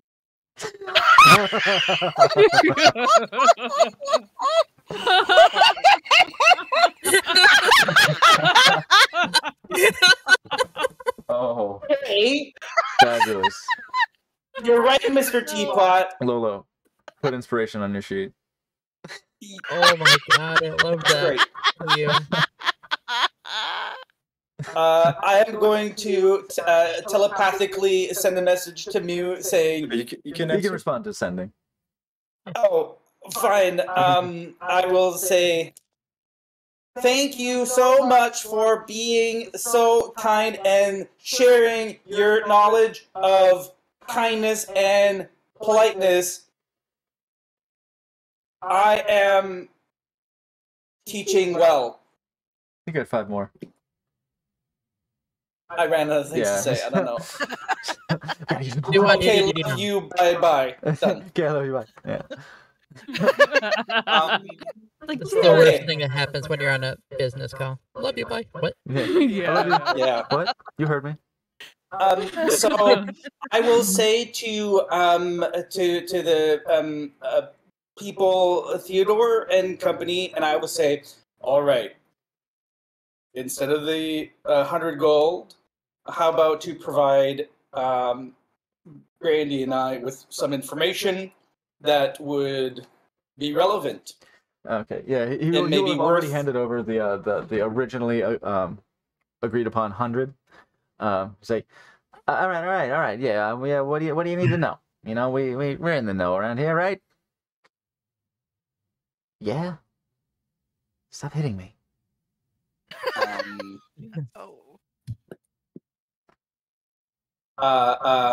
Do you have any information about this city that we would find useful as adventurers and business adventurers. people? I should have known it. I should have known you're the adventuring type. Yeah, y'all get around. You're wild cards. Well, look. Come here. There's a place that some of the more interesting bargains come through. The Barkside Depot.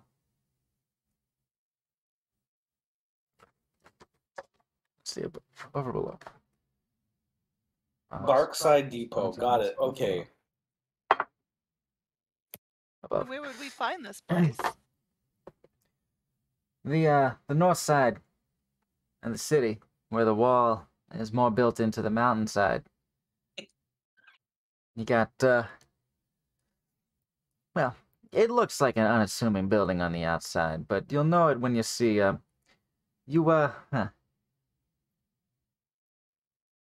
Okay, in his sentence when he says, "You'll know when you see it," he makes a little hand gesture. Does anybody know Thieves' Cant? I do, but I'm not there. Oh, I don't. Is that like draconic or abyssal? It's much like it in that neither of them are it. Yeah.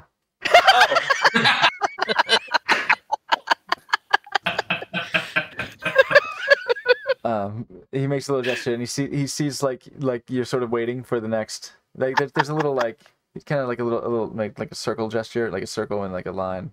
Just kind of just sort of does one of those, and he sort of like sees that you don't pick up what he's putting down.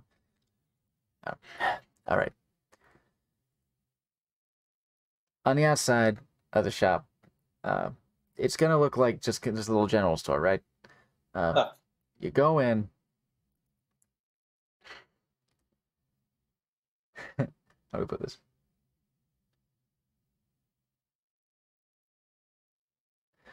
You tell the proprietor that you're looking to make a delivery.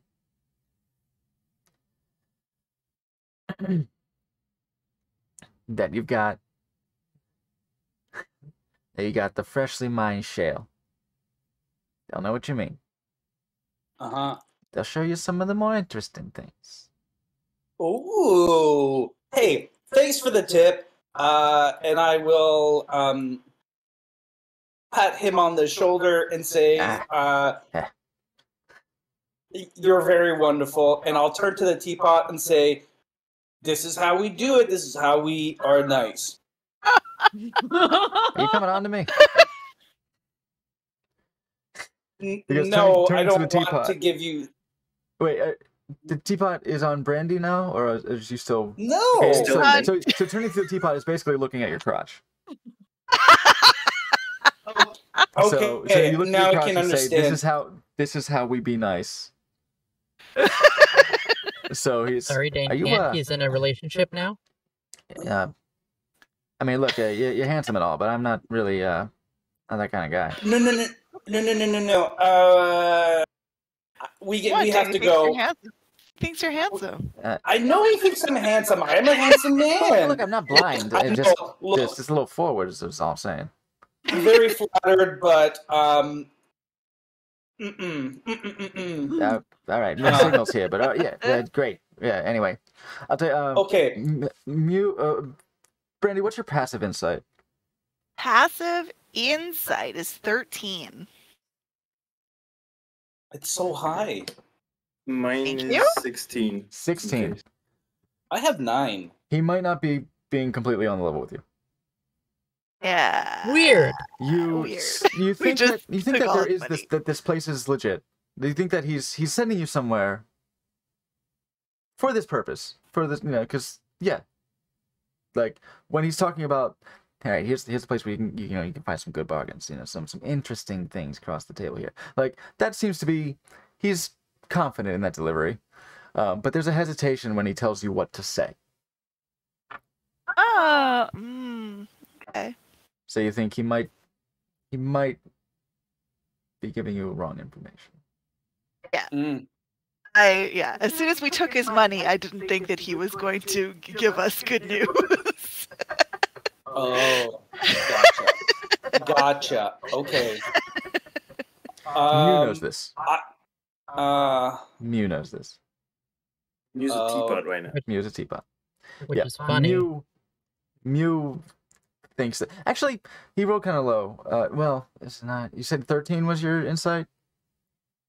My passive? Yeah, Brandy. Oh, for Brandy? 13, yeah, is mine. I think he has like a +4 deception, so I think that meets it. So, yeah, actually, you're a little sussy, too. Yeah. You're like, is that really what we say? Well, that sounds like a good plan to me. Like he seemed And almost, I'm like there's almost like a kind of a sneer or a snicker, kind of a smirk as he's telling you what to say. Huh. All right. Well, thank you for the information. We'll have to check it out. It was lovely playing a fair game with you, and we'll buy you two a round, and then we'll be on our way. All right, you return to the main dining area and continue your drinks. Back at the Underkeep. You are you have kind of the run of the place as much as any non-official business goes for the period of time while Selin goes back into the council chambers. You hear a much more subdued din in there. You have much more subdued voices as things are being apparently discussed. You can kill time for about half an hour. And about 32 minutes later, the door opens and a familiar face comes out looking for you. Oh, it's so good to see you again. It's Broldenthar has emerged. I've just heard that you'd come back. It's so good to see you once more. You really saved my life back those weeks and it's been months now. Please come in. We've been informed that you wish to have an audience with the council. Where's is it just the three of you then? Before we enter, can I have a word with you? Oh, one moment. Retreats back into the thing, closes the door. 30 to 60 seconds later, comes back. Oh yes. We have a moment. Certainly. What is it, friend? Well, since entering the city, I've been under scrutiny. Oh, you mentioned legal troubles. He says, yes, in that little that non-effective legal troubles. Like he's perfectly audible, but he's trying to do a little hide his intent. Apparently not insignificant ones. Well, it did come up, but we may have. I'm not gonna lie. I wasn't quite prepared for the amount of trouble that you were in. Somewhat little I can do to convince the entire. But one dwarf. I can't convince the entire council to let someone with a bounty of your size just be free and clear. Why? If I go into that room with that council, there's a large chance that I will end up in the guest house. Yeah. Yes, I believe that is true. Yeah. Well, I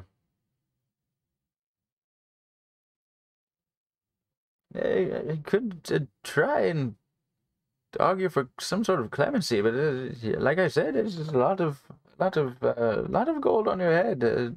I think they said something about seditionist. It's seditionist and insurrectionist. And insurrectionist. Paperwork.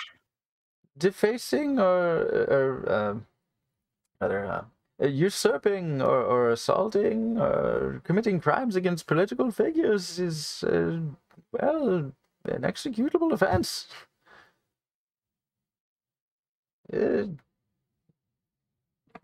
I don't know the depth of this circumstance, but I would call it the rehoming of certain objects. Theft. Oh. Displacement of certain. Well, that certain doesn't artifacts. sound like sedition or insurrection to me. What was it that you People stole? got stolen from, and they decided to throw extra charges. I stole some books. Books? That's all? Long, somewhat thought lost books. Title you may or may not know of Tangled Beards. Okay, so you did know what it was called. Okay, well, you couldn't read it, but you know what it was called. All right. Tangled.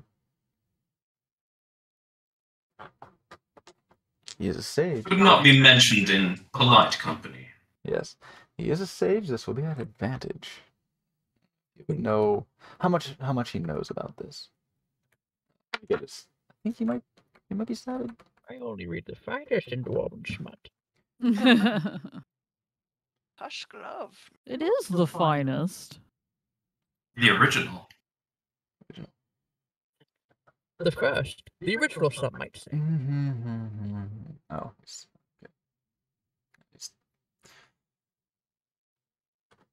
doesn't say his stat there. But You're merely I have something adopted for this him. one. Yeah, I got it in mind. It's fine. Oh, fabulous.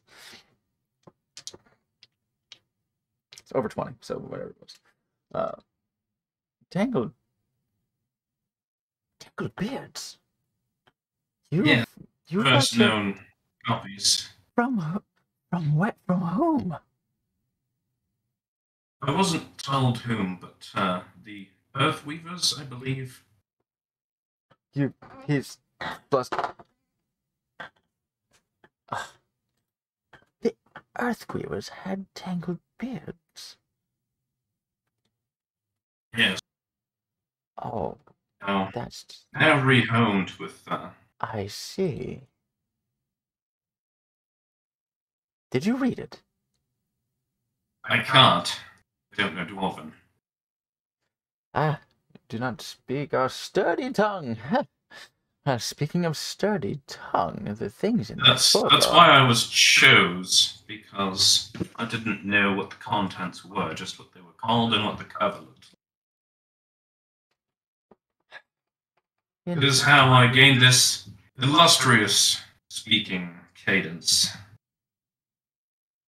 The Earthweavers are some of the few practitioners in our city. As you very well may know, dwarves do not have a rich history of magical inclination. He starts rambling. Eventually, oh, I apologize. Yes. Well, that is. What do you plan to do? They're waiting now. Even now, I think I've already kept them waiting for too long. And will you still address the council?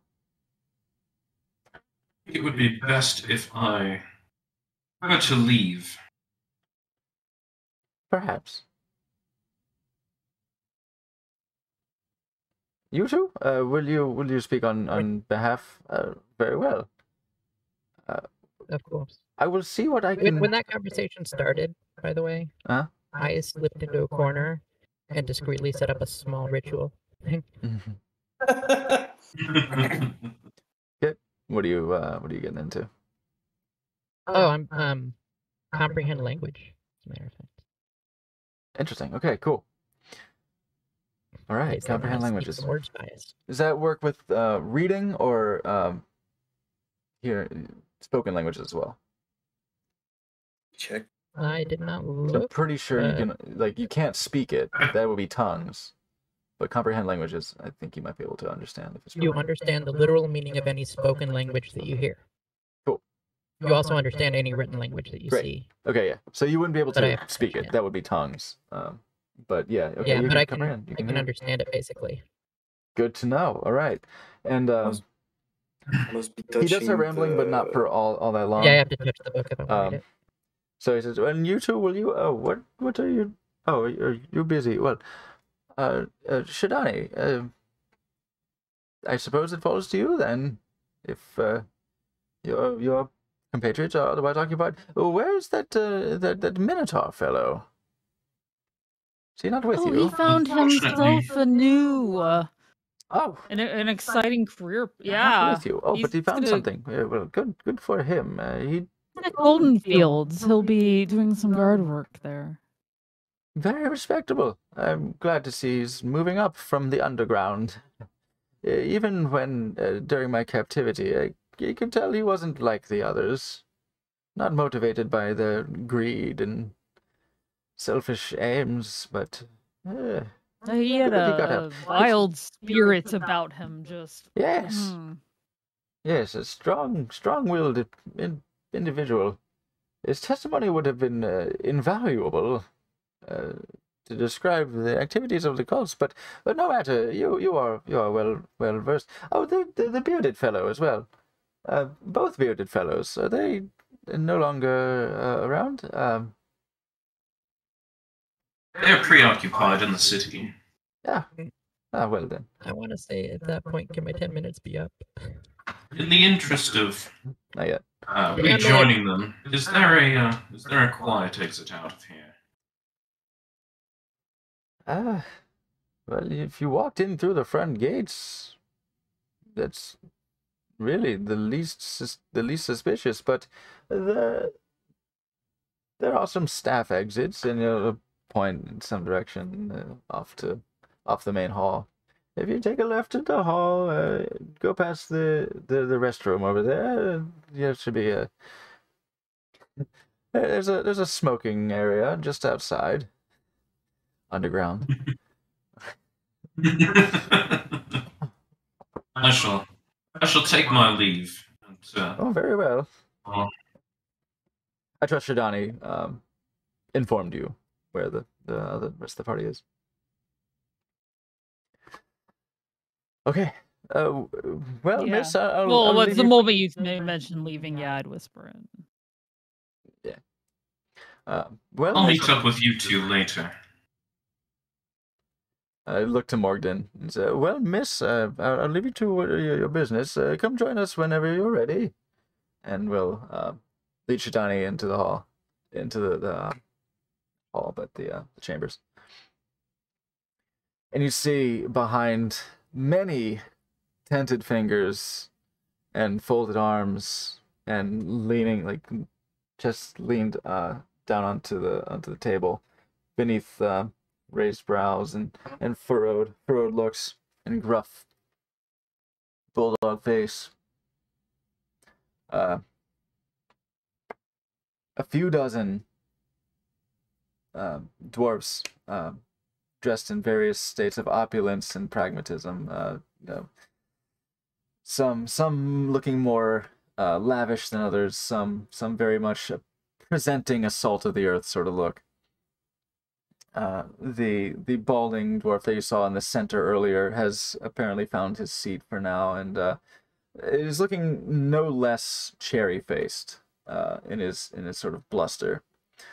Selin Rimor sits at the side of the table opposite the door through which you enter.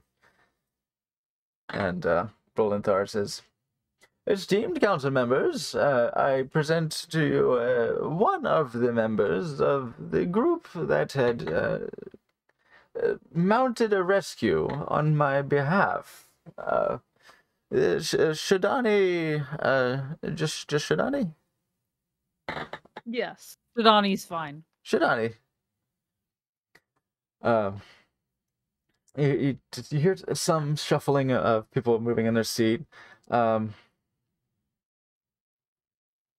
say you don't really need to roll perception on this or insight. You do see some fairly familiar looks on a few of the council members. Not the majority, but several of the council members. So like looking at the person next to him, things a little like whisper. At the introduction of this tiefling. Selin speaks up. Yes, welcome, Shadani. Please, we had begun some discussion of a bit of ugly business surrounding what we are told are cultists threatening our livelihood. Yes, I mean, they were the ones who, attacked the caravan and took the body. A few, when you mentioned the body, a few murmurs Mhm. are passed. Please, give her a moment. Mhm. Yes, we were originally tasked to locate and safely return the members of the team. If you don't mind me asking, who may I ask delivered this task on to your...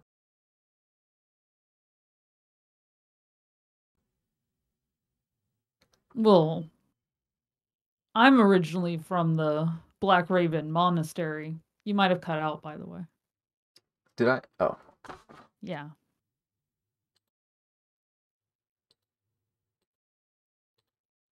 Am I back? There we go.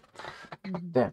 I don't know if it's a matter of time. Okay, so did you get that part? Like, who may I ask tasked your group with assisting our delegation? It was a really long time ago, so I don't remember the exact name, but... Let's see. Who exactly put you on the trail?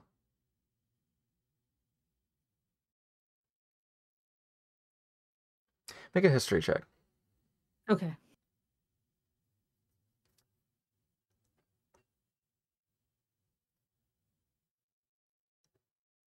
Ooh. Haha, 2. 2.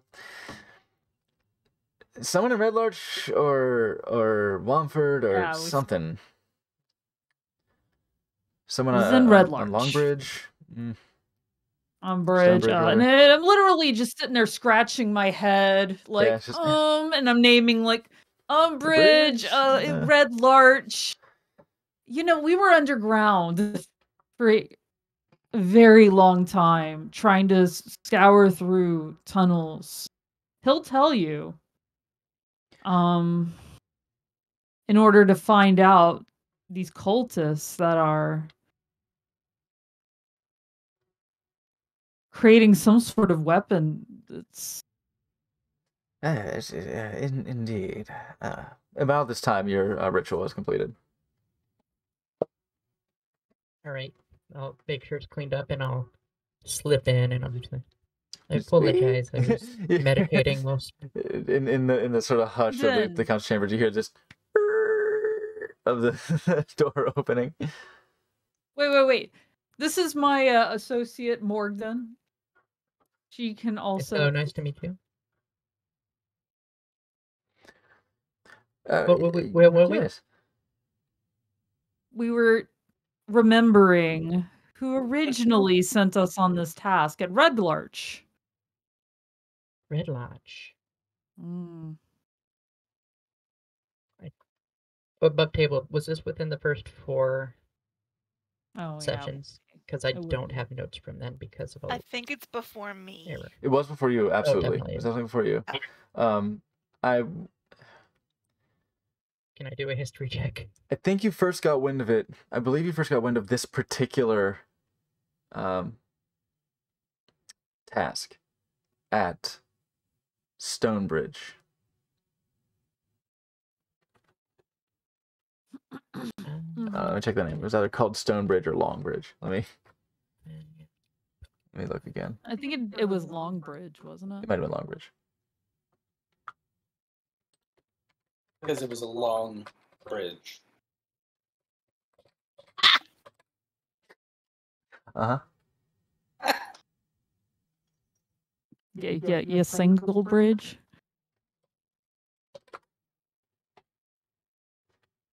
I have a map. Anyway, yeah, you reckon it was there. Yeah.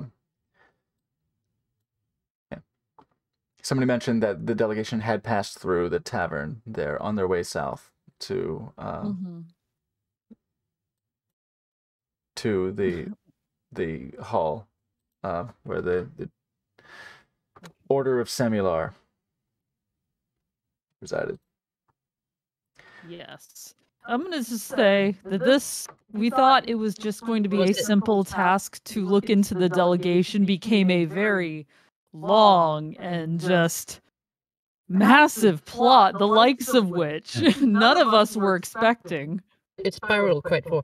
Was it Neshur Floridan? Stonebridge, it was called. Sorry, what? Was it Neshur Floridan? He ran one of the places we stayed at Stonebridge. Sounds about right. You mentioned that name. Not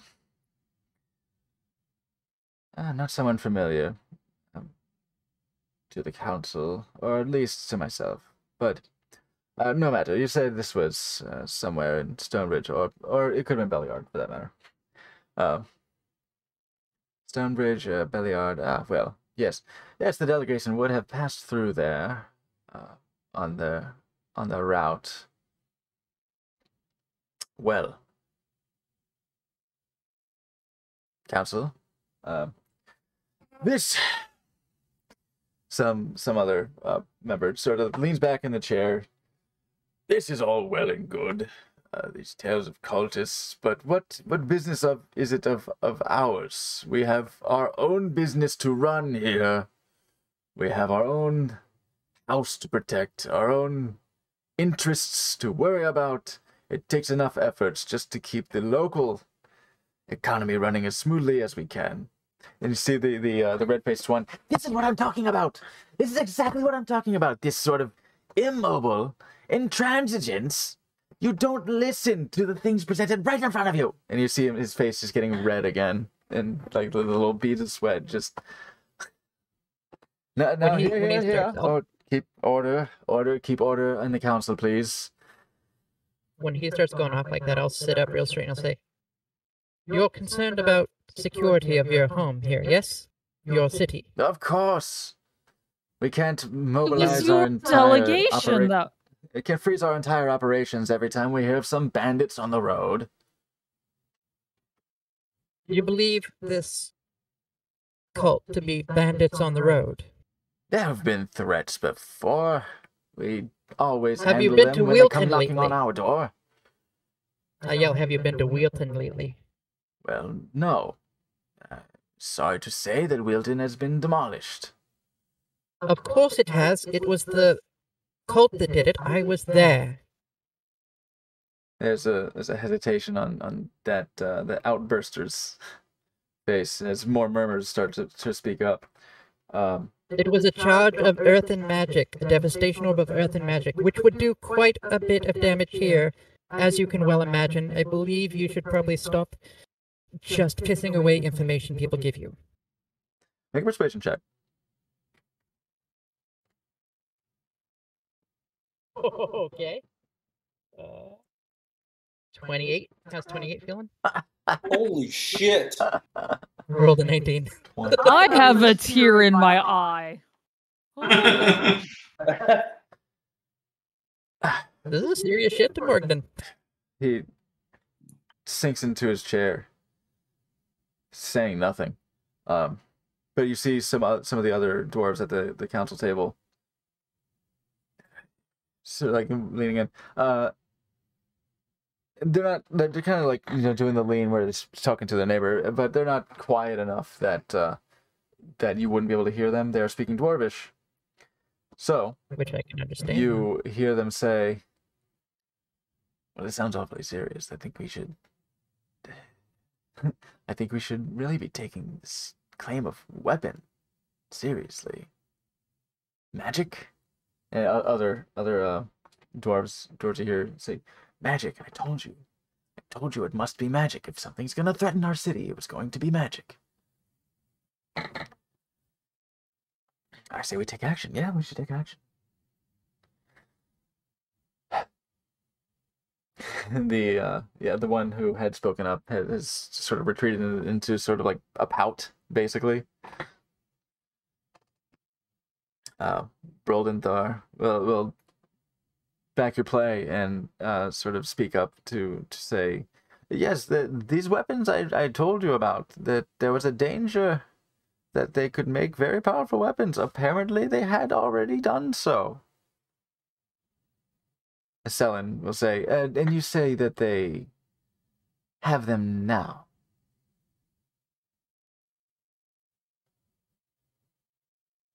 To you two.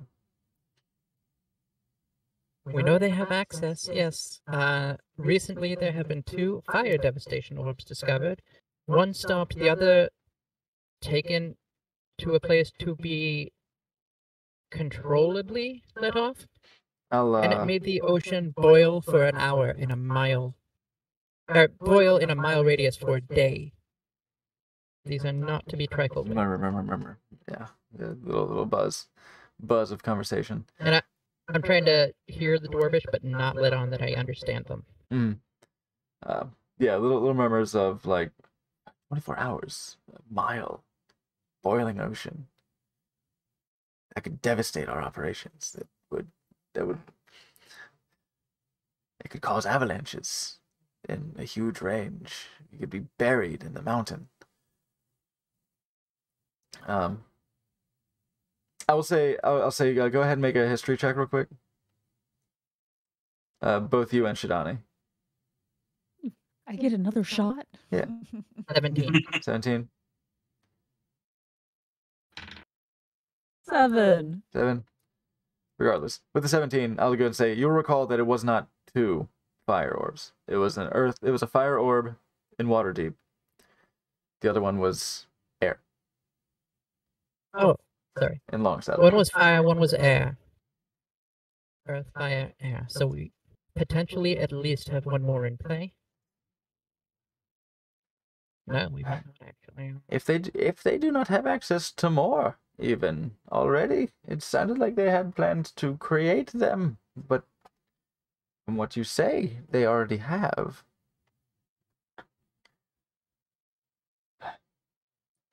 We can't rule it out. We cleaned out some of the cult's places, but we could not get to them all, and there's nothing saying they haven't repopulated and started rebuilding. They're very organized. Mm-hmm. It does sound to And me it's that very this... scary that so many people are working together clandestinely. It sounds to me that this should be taken very seriously. Ladies and gentlemen of the council, I understand your hesitation when it comes to heeding the reports of our colleague and fellow council member. Minding our own tunnels is difficult enough, but this is not something we can turn a blind ear to. Dwarven expression.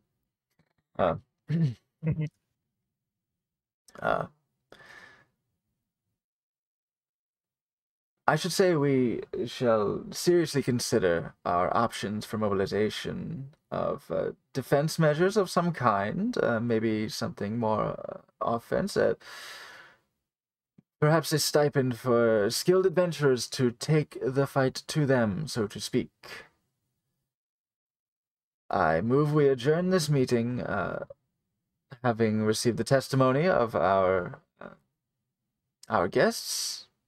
Very much appreciated. And we shall convene here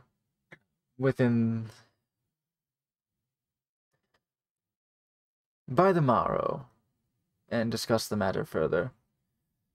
Please do consider options for courses of action to be taken.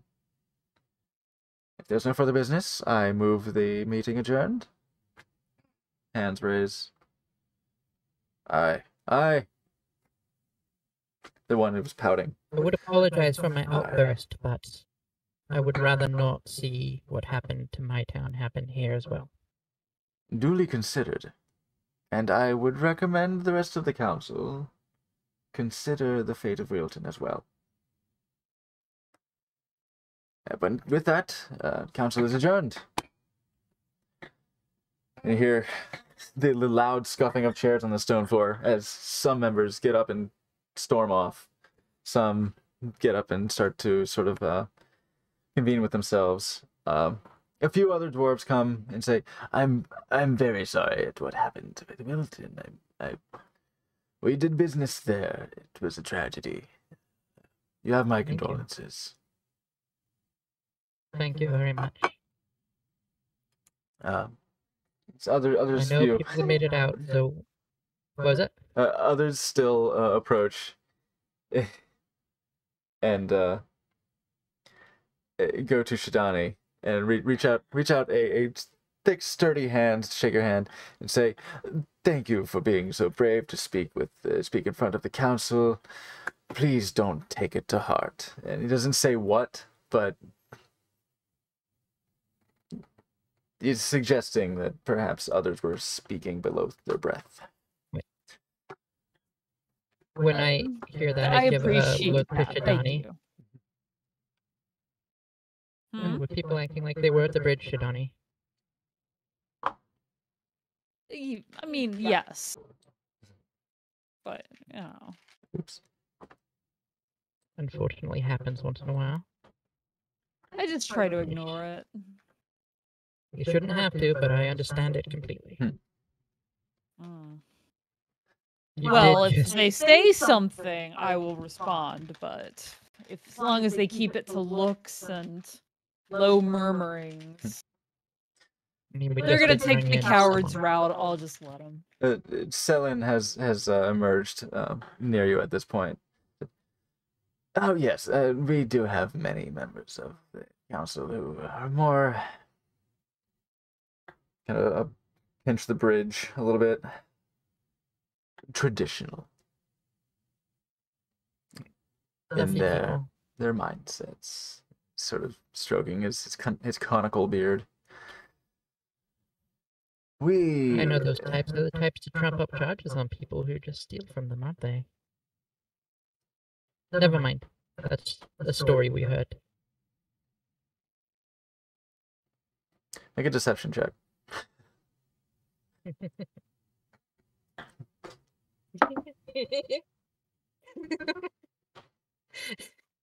It's the same, right? Yeah.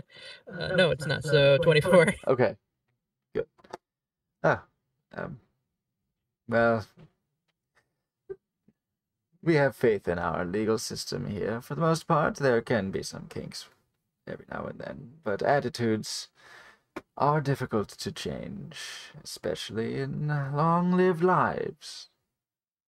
And we didn't get to be the most prosperous city in the north without careful consideration. But thank you for your gracious service with rescuing one of the council members, of course, but as well as bringing this information with more gravity to help us make well-rationed decisions. If you're staying, I can see about putting you up in one of the more accommodating inns, places of respite here. Do you have a preference, above or below ground? I believe we talked earlier, and we all preferred below ground. Very well. Yes. Yeah, I believe. Actually, wait. And I give the name of the place. There's a place that we've already found that serves our purposes. Okay. The place that was mentioned above, or are you talking about the Rolling Boulder? Rolling Boulder, the one that Mew whispered into my mind. Okay, then that's Shale's Retreat above ground. Shale's Retreat. Yeah, the Rolling Boulder was recommended by one of the guards. Okay. Oh, Shale's Retreat. Oh. Huh. Well, a lively establishment to be sure, but certainly. Some of our friends like to blow off steam in legal ways, of course, but you know how it is. We can take care of ourselves. Yes. I can feel the judgment. Yes, legal or extra legal. Just don't cause trouble, and there won't be trouble following at your heels.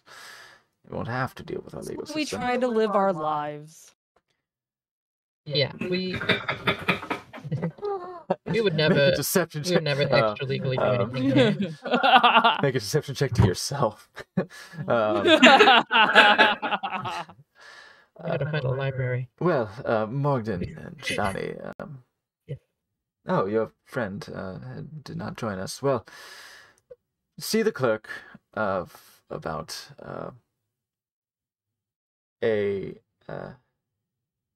what would we just call it? Just call it a guest stipend. Ooh, guest stipend, I like it. About a guest stipend. Give it to the innkeeper for an indefinite stay as long as you need. Try not to make it more than a month. We don't want to hurt our local businesses and bleed them dry. I was wondering if you could do me one more quick favor. If you wouldn't mind signing something that says that I, through great pains, went on this quest to find the delegation and returned, safely back. Is it something that you just wrote up? Okay. Oh yeah. Awesome. See. There's lots of from beneath his blouse, he Pulls a pair of spectacles up. This is very thorough. Did you draft this yourself? Oh, yes. Well, I do not usually expect this of adventurers, spending most of the time on the road and not behind the red tape. But you have the makings of quite the bureaucrat. Well, no offense. Oh, no, none taken. Wow, you're the one, huh? Mm-hmm. I always pictured me. I don't write much. Well, there you are. You. Give it the old Omendron. There we go. Little documents you going on here. That's my favorite. Yeah, yeah. Hence the expression. You know, not the John Hancock. It's the Omendron. Yeah, So I loved it. Yeah. Well, I look there you very are. pleased There's with myself. Good to keep receipts. A paper trail is useful in many circumstances. Well then, we may have further business if there is an effort to upset the operations of these cults that would be doing us further service. We do have a few like other errands around that we would like to look into, but we'll be in the area, so Wonderful. you know. You know how to get in contact with us while we're here, and I would assume before we leave we'll see each other again. Yes, or you at certainly least know where find- to find us, the entire council here, down here, or in one of the branch offices above ground. But we will come seeking at the at Shale's Retreat if we need to get in touch. Thank you. Farewell, and yes. Oh, I was just wondering if Roland stuck around or is he gone? He's around. Yeah. All right. Because before we leave, I would, walk up to him, pat him on the back, and say, "My friend, one of your bearded friends is here right now. Oh, I just look a little different." Where? Okay. With that, he'll look a little closer. A striking resemblance. Are you his sister? I am he. You Magic. Magic shapes wildly once in a while. Oh, well, goodness! I would not have put that together. You have changed profoundly. Only on the outside, I hope. Wild magic changes. Wild magic. You say? I have heard some things That's of what I've wild been magic before. Oh, really? Knowledge of these phenomena are limited, of course. It is unpredictable after all, but it makes me think of something I've in my interplanar research. I mostly looked into the elemental planes, but there's something about the Fey wild, the plane of the Fey creatures that makes me think of the chaos involved in magic. Might be worth looking into. I appreciate that. I was actually been intending to try and find out more about it. I know there's a way to control it better. I can feel it. I just can't grasp it. Magic is a mysterious Oh, thank thing. you. There are reasons why so many on the council and so many in our culture are so hesitant to embrace what can be done, the possibilities of the arcane. But minds will change over time. Even the most rugged mountain can be weathered by the rains. Just remember, in the wrong hands, even a pointy stick can kill. But in the right hands, it can hold up your tent. Ah. A good analogy.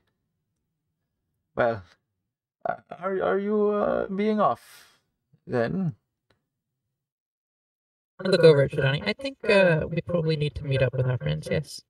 Yeah. Well, Time. well, you know where to find us. You know, I will be, well, if I'm not here, I'll be in the archives. You can find them here in the Undercity. I might take you up on that. If not, I'll see you tomorrow. Very well. Yes, thank you. Thank you again. And you leave each other. Yeah. When we step out, away from the building, I just kind of, or away from the entrance or whatever, just kind of Hey. like, I need to go Let out a back to breath the seems right. monastery. How far is it from here? It's not far now. Yeah, by your travels already, the distance from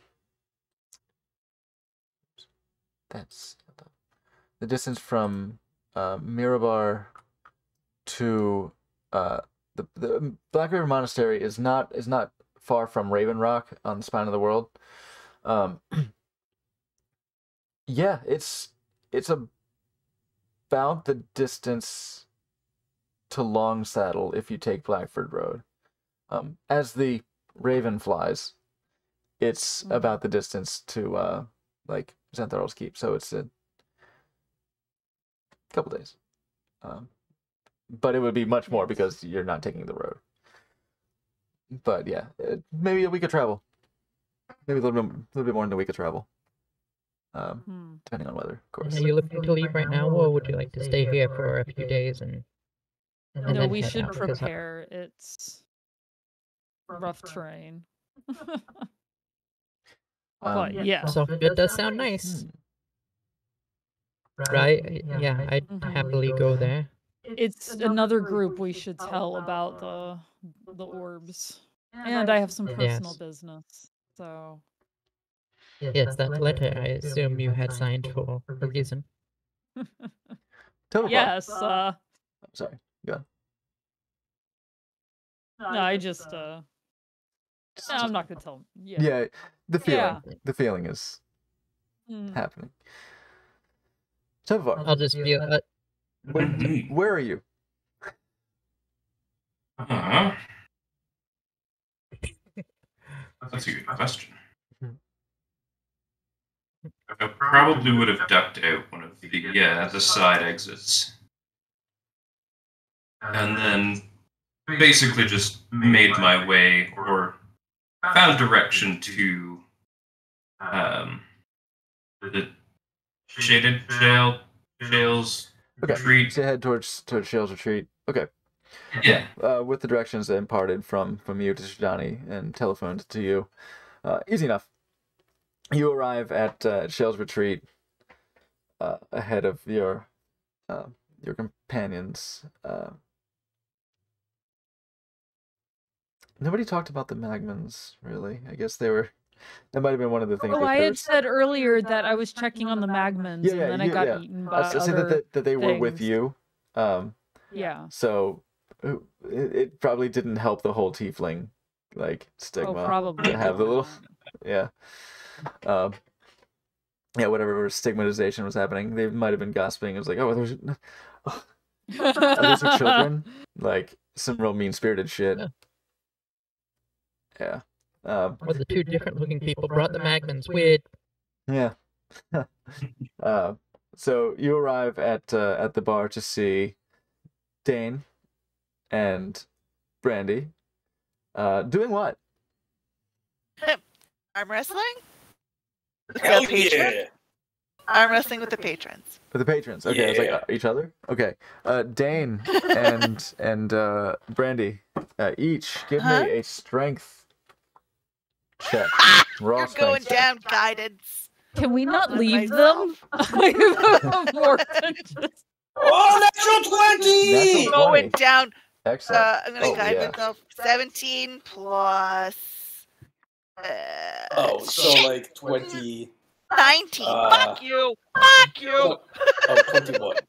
21. All right. So natural 20 for 21 and a 19.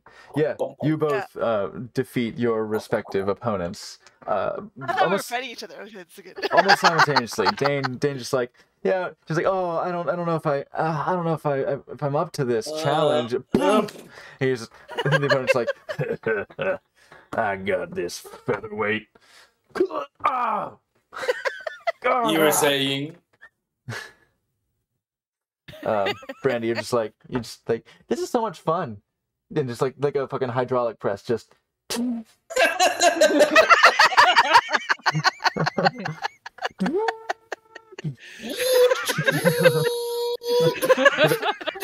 Bam, bam, bam, bam, bam, bam, bam, bam, bam.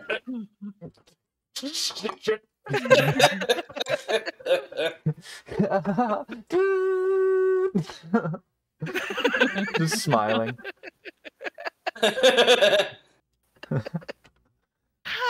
Mimosa, on the other hand. Can we Just then Mimosa, can we like clasp hands and yes. Like the meme, yes. Yes, like the meme. Tobovar arrives. Here they got you pushing pencils. Hey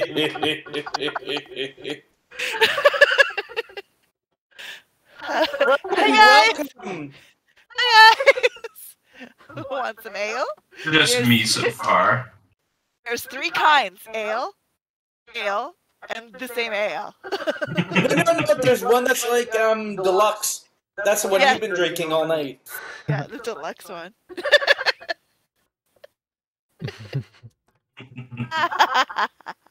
I'll say with a lot of you. So where did you go? What did you see? Okay. Who did you do? Did you win? Because we've been winning all night.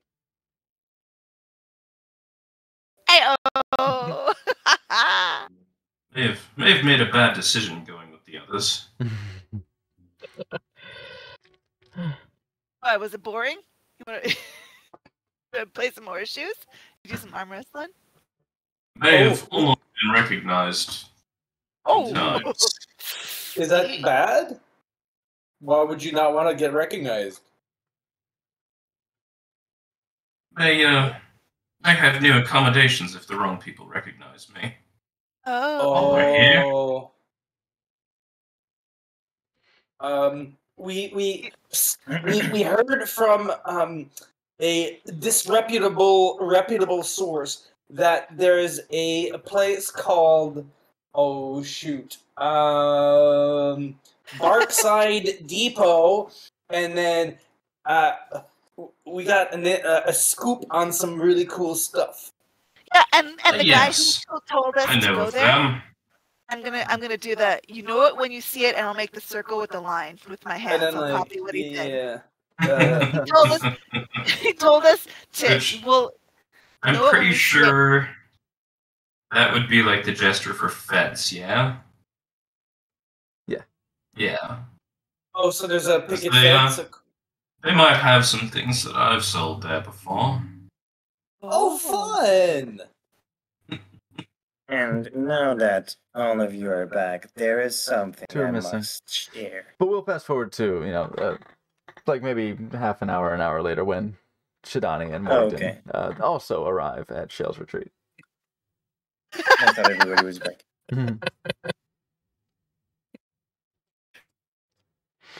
But yeah, now that everybody is back, there is something I must share with you all that might interest you.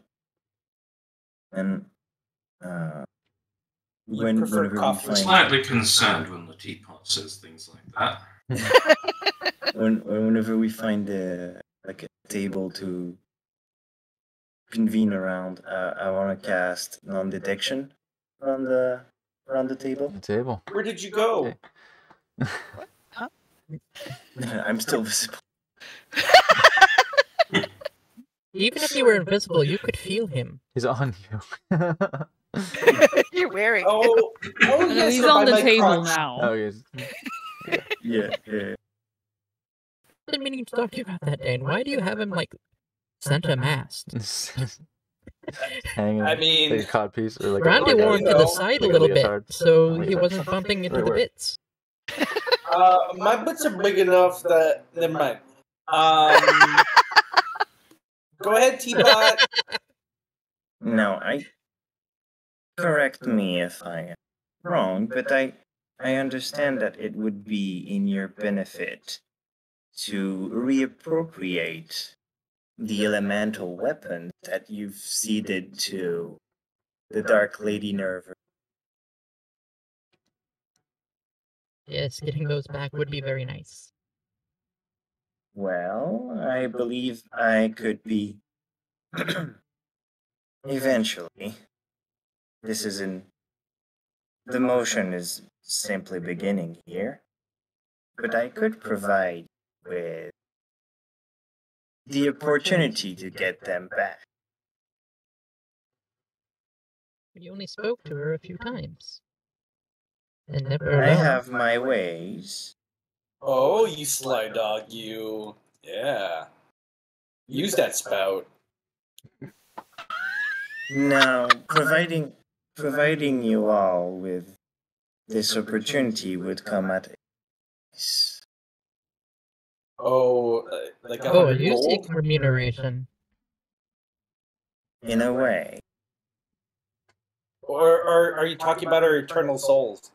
No, nothing like that. The price I am asking for is vengeance. Against who? You see, in my past circumstances, someone has wronged me greatly. And I seek retribution. Is it that one kid that insulted you the other day for having a nasally voice? Is that him? Because we can go and have a talk to him directly. No, it is not. I would assume you could take care of a child on his own. You probably would. Even He's a teapot. you walk near that child is gone.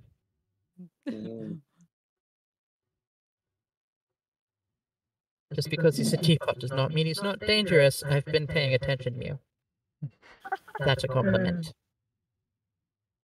So who wronged you? This has nothing to do with children. You see, I used to, well, I'm sure you're aware now, and people have heard of my exploits. I used to be much more powerful than I am now. And the one responsible for my descent into this situation is now probably long dead. But he still has a soul somewhere that I seek to recruit. Cool. Well, that sounds fun. He's gonna be your friend? New friends! So just let Friendship is me- magic. Just so we all understand, or just so I understand, you're asking us to find the soul of a probably very pious, good person, and allow you to take their soul and use it to your own means? No, what I require from all of you is to help me with the process, as I need to acquire many things that will be difficult. Can you tell us the name of this person? I could, I suppose, though speaking it leaves a bad taste in my mouth. Fine, we got lots of ale. You could write it with your mage hand. I will help that. you on I'll one actually condition, do Teapot. What was that? I will do it on one condition, Teapot. Go on. You have to say the magic word. Bushta? Ask nicely. I believe said word comes at the end of the request. I'm not. This is more of a deal than a request. Anyway. He's gonna- Yes, you're well, I have arrangements on the way. I will make the retrieval of the weapons available to you. Not guaranteed, mind you. I simply provide an opportunity. And in exchange, you will help me in acquiring the necessary goods for my little project.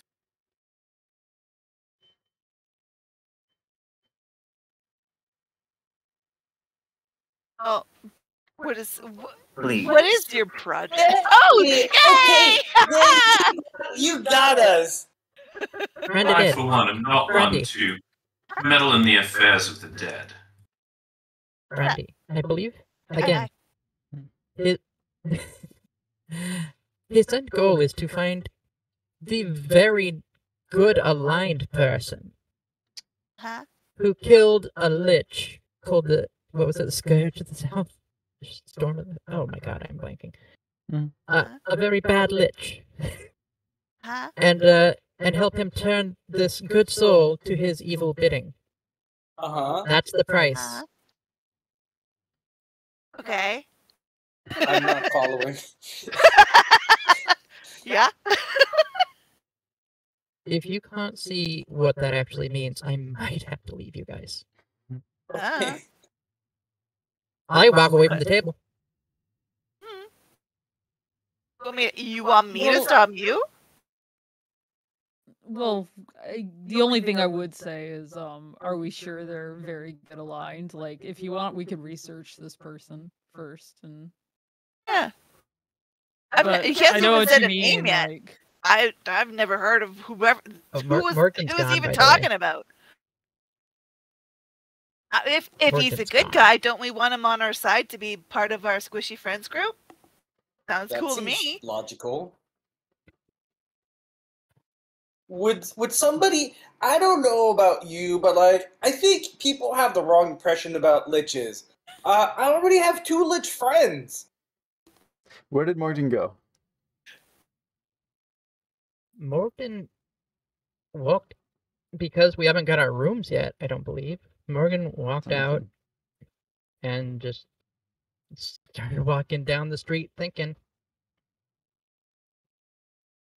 It is. Without it is, even okay. It is well into. I would say it's dark. The sun has set. It is in the evening hours, but similar to down in the Undercity of Mirabar, the streets do seem to be lit with some sort of mysterious powered bulbs. So it is not what one would call entirely dark. On the streets, it is fairly well lit. But there is that cold northern air in a moment of clear weather as you walk down the streets considering the conversation. Speaking of considering, I think we can go ahead and take a quick break before we hit the final leg of our session to return to the table of tense negotiations. Oh. So, go ahead and grab yourselves a drink, grab a snack, grab a fat, whatever you gotta do, and we'll be back, energized and ready to have more discussions. See you shortly.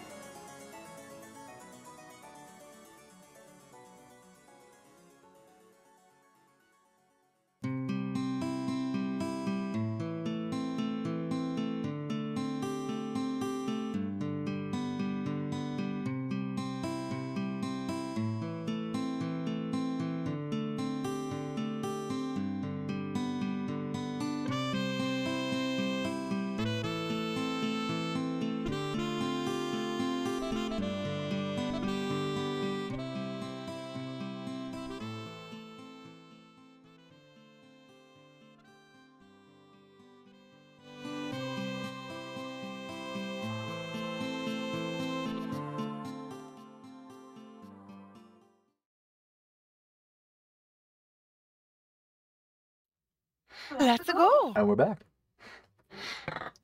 I have some nice tavern food. Nice.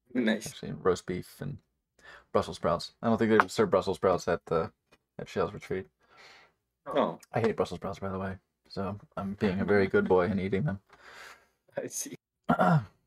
So, Morgden has vacated the tavern at the moment and is currently stargazing, I suppose, and considering the discussion at the table. But we return to the table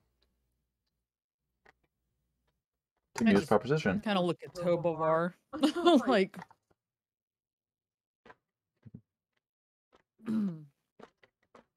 Now, I cannot offer guarantee, unfortunately. The complexity of this plan, as well as the requirements, are quite intense. Should you agree, I have the possibility of convincing our dear friend Nervarine to give me access to the weapons for this project. At which point, upon completion of the ritual, you will have the opportunity to see it back. See nothing beneficial happening. Do we need these weapons? Make an intelligence check, please. No. I kind of want to know too. Can I make it? 4! Fuck. Yeah, go ahead. Can I Dennis. check too? Yeah. Because you've been present. You have been present for several discoveries. about these At weapons. 20. Oh, 12? At 20. Nat 20. Yeah. You remember with great clarity There it is. that in order to close the rifts, in order to... You recall that these weapons are essentially shards of the planes, infused with the essences of these princes individually that exist on the prime material plane. Mm-hmm. And they are the connection that is trying to be drawn through the nodes, through these rifts, where in under Tir Basil, where the cultists are drawing all of their activity and all of their, well, what's drawing them. And it has been heavily theorized and suggested that in order to close these rifts, these weapons must be deposited to their respective planes. And there is, at present, no other known method of sealing away these tears to the elemental planes. So, yes. Yeah. Short answer is yes. You very much need these weapons if you want any hope of sealing these rifts. But What I know about Mew, I would rather risk getting them back the old-fashioned way. Yeah, when you say you're gonna call back this guy, you want to recruit somebody, does that mean he's gonna be our friend? To help Oh, us he out? will be quite cooperative, you'll find. Oh, what does that mean? is he a nice guy? Let's just say he won't disobey any direct commands. Correct. He won't What does that disobey mean? any I'm gonna- of Mew's direct commands, which means he will probably only cause trouble. Oh. You wouldn't tell Highly our doubt. new, you wouldn't tell our new friend to do bad stuff, would you? Would. Almost immediately. Hmm. And undoubtedly. Well, Maybe this isn't a the detour. offer is on the proverbial table. You know my price. I wish to exact my revenge upon the soul of Thaddeus Oberon the Righteous. I know We who could that also is. acquire the things, sell them, raise an army against a dragon, and drop you down a well somewhere. This is what happens when you don't say please and thank you, Mew. I say please. Did you? In Well, any case, that is my offer.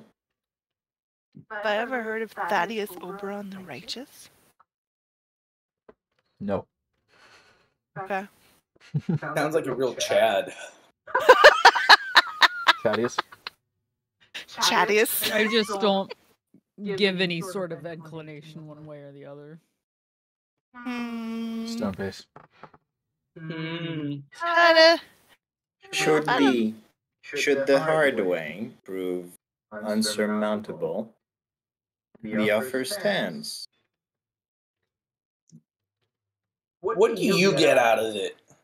Revenge. Okay, but like, what's your motivation? Revenge.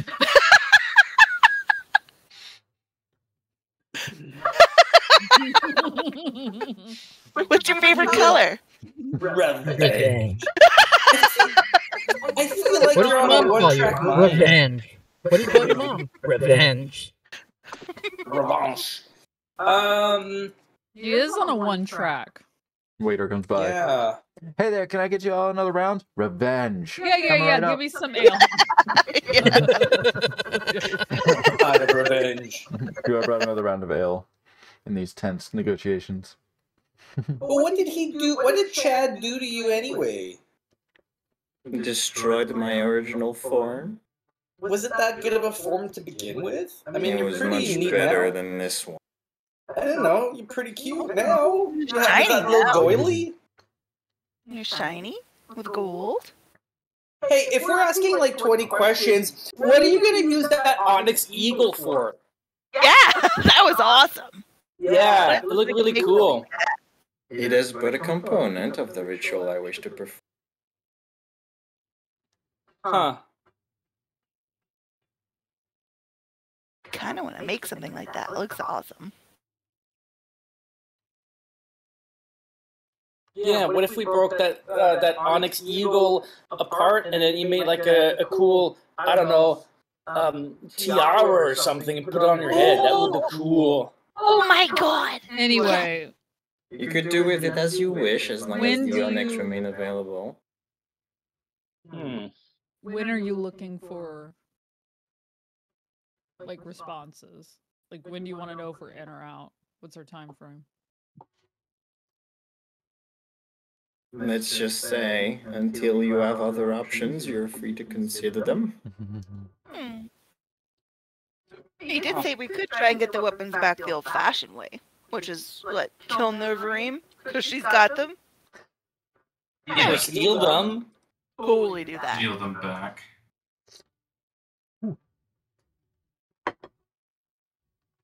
I don't know. My plan only... Trade. If we find something she wants more. Even I would be called brazen to steal from a dragon's hoard.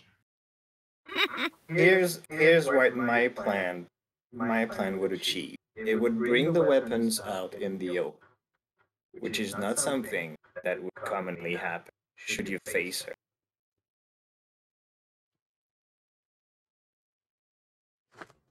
Okay. No, we would have to steal them anyway, but they would just be out there for us to take.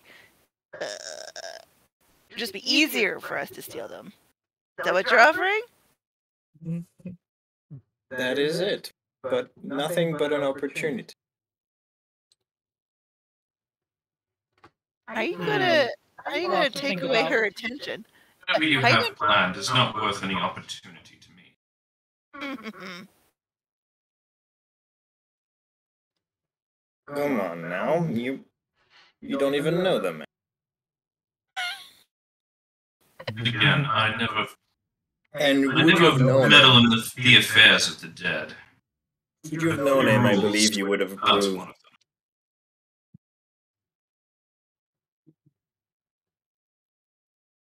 we would have more in common than you would believe.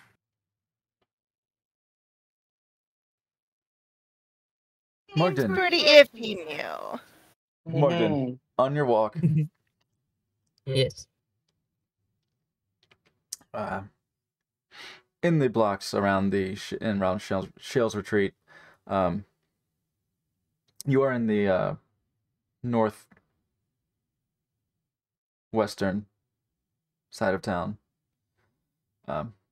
As Dan and Brandy would probably have gleaned from Theodore's recommendation, the closer to mountainside this town gets, kind of the shittier it gets.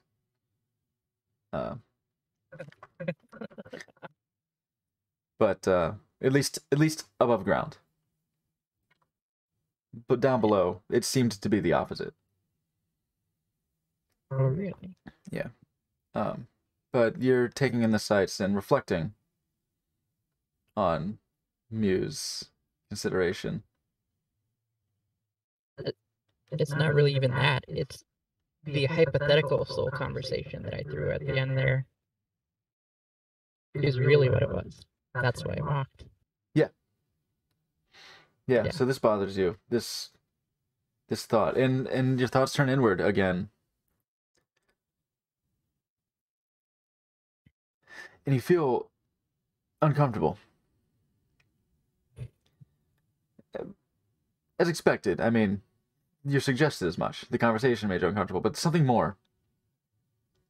There's something... Your stomach is churning. Make a wisdom saving throw, please.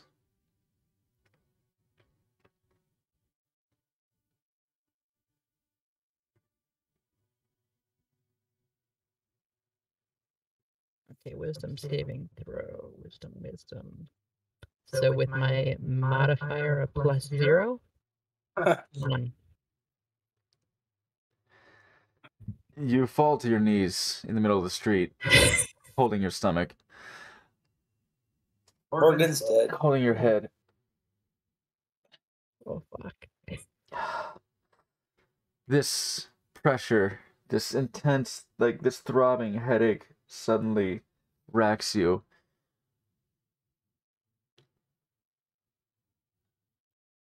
And you feel like something is beckoning you.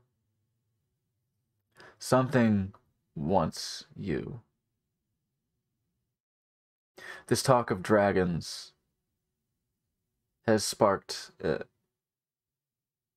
this talk of dragons and corrupted souls has sparked something deep inside you, and the snow that's been falling, that's pretty much perpetually year-round falling on the northern side of Mirabar around you, begins to melt in the street as heat begins emanating off of your body.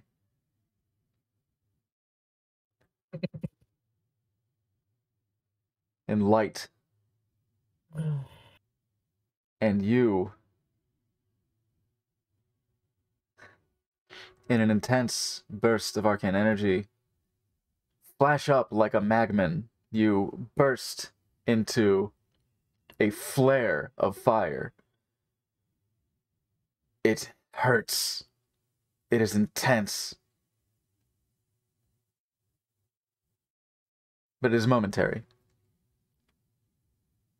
Scorch marks line the walls on the streets next to you, the corners of buildings, the stone roads have starbursts of blackened char.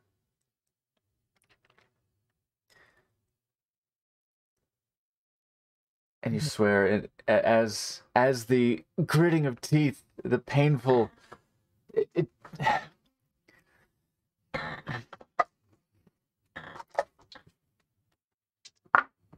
you do take 5 points of fire damage. But as this painful experience, this flare subsides, You hear son.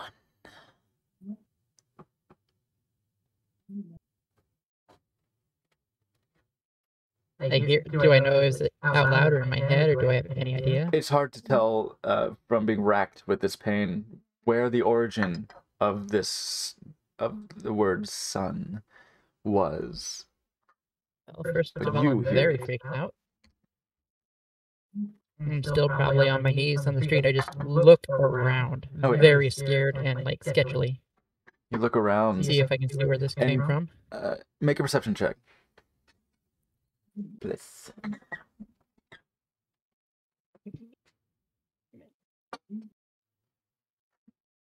Perception. With my +0 on perception. 4. I'm gonna say like 1 again. 4. Well, that die is going to jail.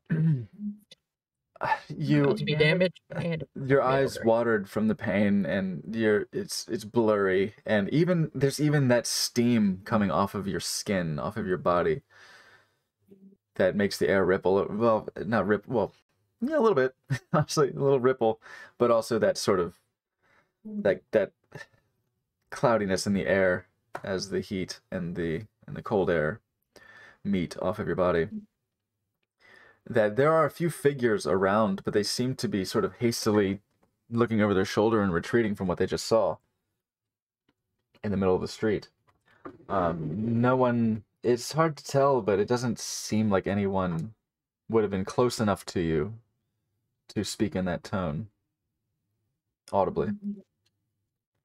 I kind of don't notice that because I get really distracted once I see the scarring or the charring on the ground and the wall, and I'm on my knees and I'm freaking out, and I just start trying to prestidigitate it away, like trying to clean whatever I can, just clean. Like I can't think of anything, so I've got to clean. And I'm just freaking out, almost hyperventilating. It's not working. You are habitually using the prestidigitation magic, but it's like using a subpar cleaner on a carpet stain, right? Like, it's not removing as thoroughly. The edges are lightening up a little bit, but they're completely going away.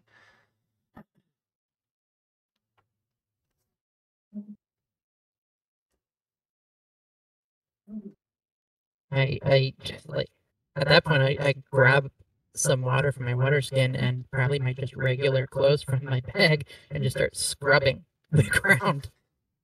Frantic scrubbing. Whether it works or not, that's where my head is. It is a gesture. Freaking out. It is a gesture, and in this, with the heat off of your skin, and the even through the robe of summer, with the water on your hands in this cold air, and you're rubbing on this, your knuckles start to ache. Fingers ache with the cold fabric all around your hands, and yeah, that is the state you're in presently. Yes. We return to the table.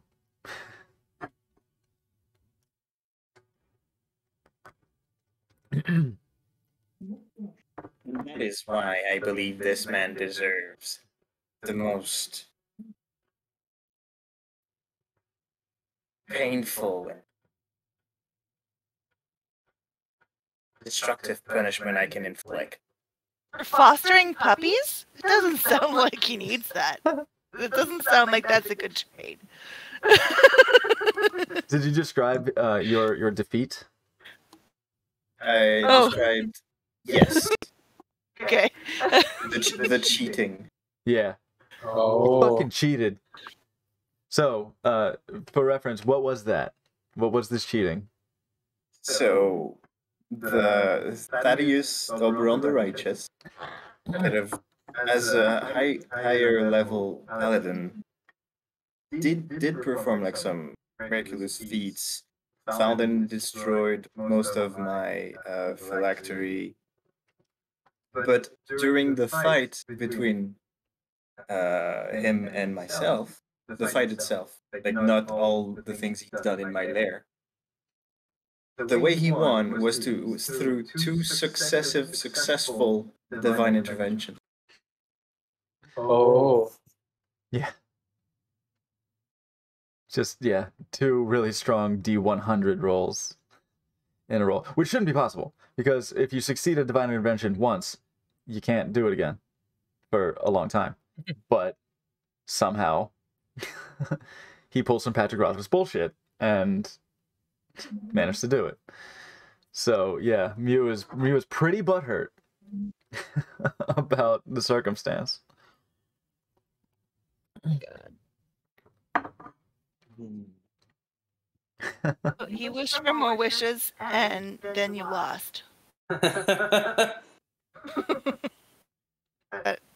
right.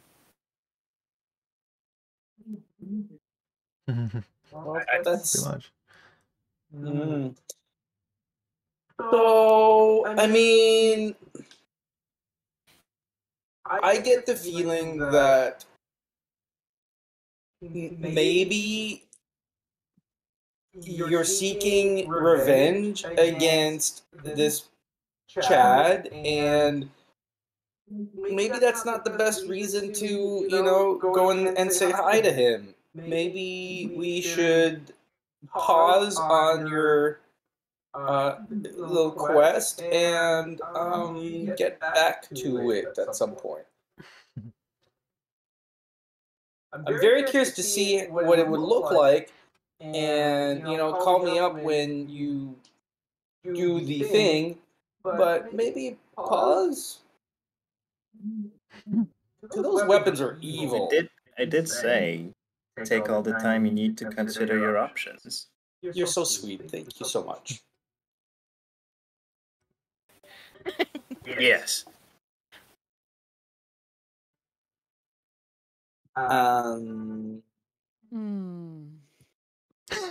Morgan. I might have to look into. Go on. No, I just mean I might have to look into this Chad the Righteous guy. Until then, I can't make. It was Thaddeus, but yeah. Thaddeus. No, it's Thaddeus. It's Chad the Righteous now. Chad the Righteous. I'm desecrating his name. Start giving negative inspiration. Speaking of Chads. But yes, Morgan, you haven't most likely given up on scrubbing the stains. They've been smeared, and your hands hurt now. But it was more about mental state than cleaning, anyway. There was a panic scrubbing happening. It has been left behind. What are you thinking? What the fuck was that? Who called me son? Fire. I'm just thinking fire, and then I'm thinking souls, and I think about dragons again. And when I think about dragons somehow, I feel like I get angrier, but I don't know why. And I throw up and clean that up. And I'm just no longer comfortable walking anywhere. When you throw up, yes, bright green fluid spatters onto the stone streets and begins to sizzle. I try and clean it up as quickly as possible. Do I recognize that break with the prestidigitation to see if I can do anything? Okay. Let's say. Not with my hands, because I see the sizzling. Yeah. And I was going to ask, do I recognize this? Yes. Because we've recently seen something that sounds very similar. Sort of. You have a friend, a dragonborn friend, who has acid breath. That's right, acid, not poison. That makes sense too. And he barfed. Okay, well at that point I just blanked on that character's name. That's so wonderful. Damn. Torin. It was Torin. Torin. I knew it was Turn something. Yeah, Torin. I immediately think. It took me a second. Torin? It's been a long time. Yeah. Which makes me think of Dragon again, and I feel even sicker. And I just beeline it back for the inn. And I don't even look at the table or anything. I go to the keep or whatever and ask if we have our rooms yet. Oi, lass! You look like shit. Need a room? Yes. You need a nightcap? I got some ale to fix you right up. Look, here you go. I got an old sailor's trick. And he takes, just pours the ale, drops a raw egg in it, and throws in some hot sauce. There you go. Take it on up to the room. Drink it down in one drink. After throwing up acid, I'm not even gonna need a constitution check. Like, yeah, you do. Yeah. You certainly do. Oh no! And then You threw up the acid, so this is nothing. Yeah, it's the room. I just like look him straight in the eyes. I take that one big gulp and get it down. It's a long pull, but it's kind of like it's like the fox. Well, it's much slower than the fox, but it's. But yeah. No, yeah, I was gonna say it's one of those things like in a movie when someone grabs something and takes drinks it in one drink, but it's like a little too long. Yeah, it's like in fucking in Beer Fest, like when before he gets the eye of the Jew when he's trying to chug in his face, he's trying to chug in Landfill's face, and it just takes forever. Set it down. I say thank you, and I go to my room. All right. And hope there's a wash basin in there. Yeah. Everyone at the table, you see Morgden rush in, looking blushed, just pale. Some singe marks. Maybe the eagle-eyed among you might notice some sort of like, if blue could sunburn like normally, right? Like just sort of darkened little patches on the skin. But you look great, Morgden. Oh, Morgden, you okay? You need a little healing. Looks like you got a little sunburn at night, which is odd. How are you? As you're talking, what happened? She's currently pounding this gross concoction and fucks off upstairs. Oh, so gross. Never mind.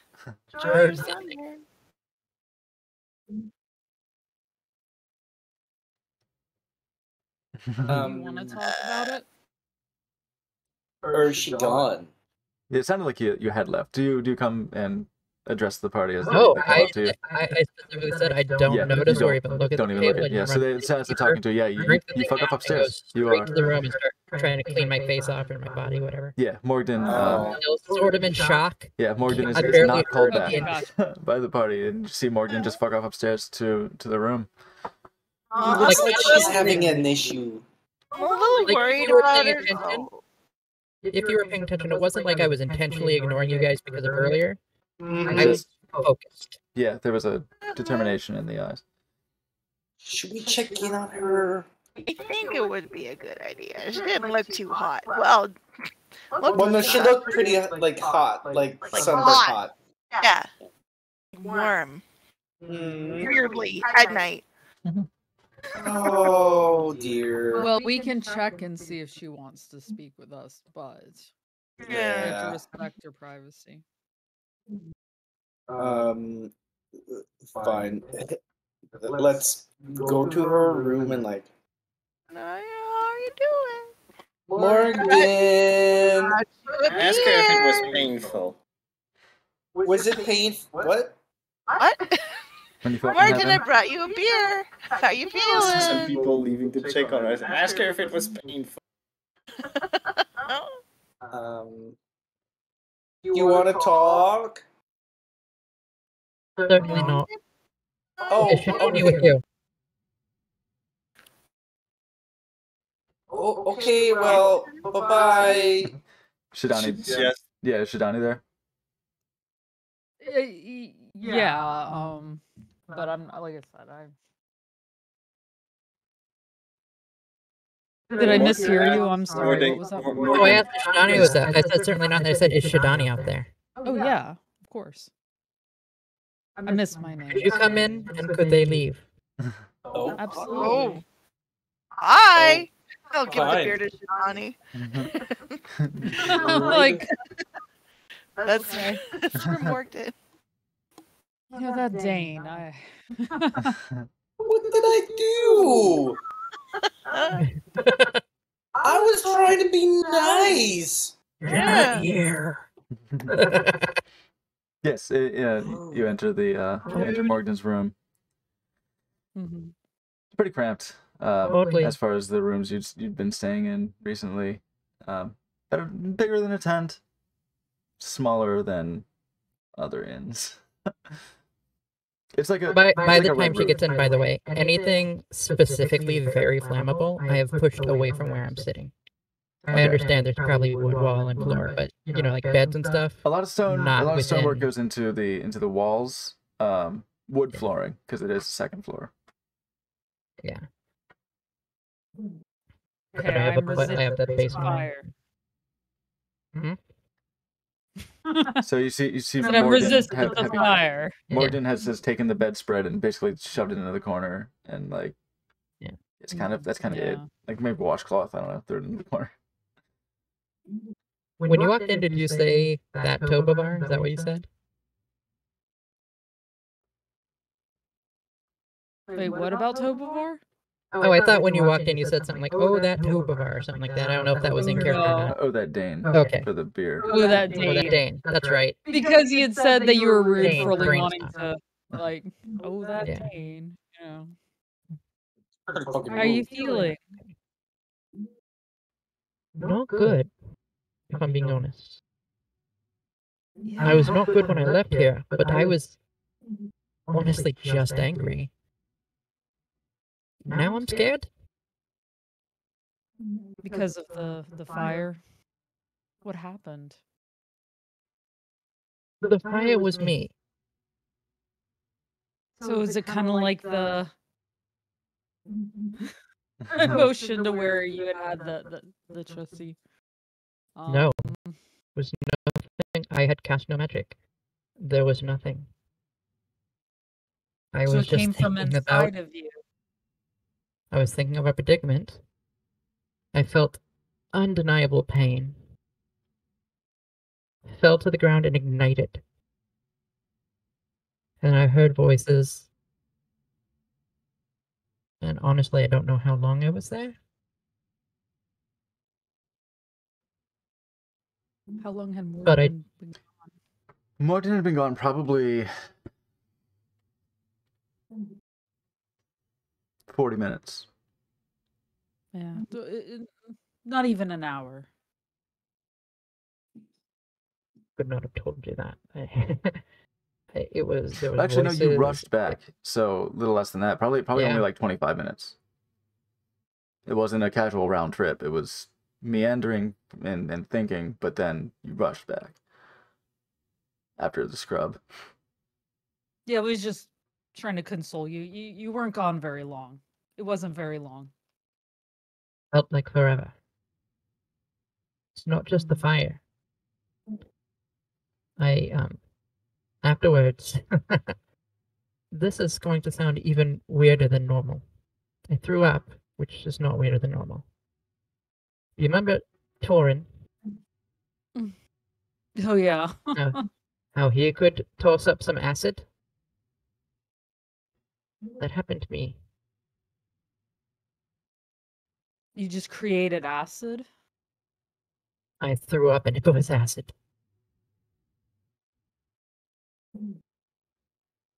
Like, And I heard a voice just say, "Son."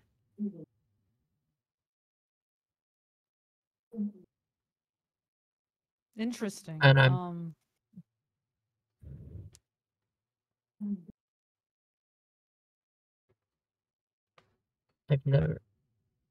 I haven't felt temperature very strongly since I got this robe. And now it feels like it's all I can feel. I don't know what it is. I'm very scared and I'm very... Didn't want to be alone for a few minutes. I don't know. It's okay. I'll sit with you. I don't know anything about this magic stuff, but Honestly, it I sounds know like a it's decent amount about magic, and I don't know this. sounds like it's coming from inside of you, and that's a different matter. That's what scares me. I told you I don't exactly look like my mother.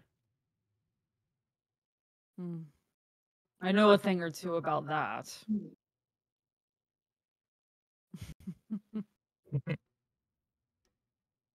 We can't help where we come from, right? No. And hopefully... Usually, though, that doesn't search you out and hunt you down. I don't think that makes you... I was like, does that make you lucky, or... They care. They search. They... No. It's... No. No. It's like a shadow that's followed me even in the darkness. Well, we can learn about it, and we can do something. Hope so. Hate to have that happen someplace where I damage people or...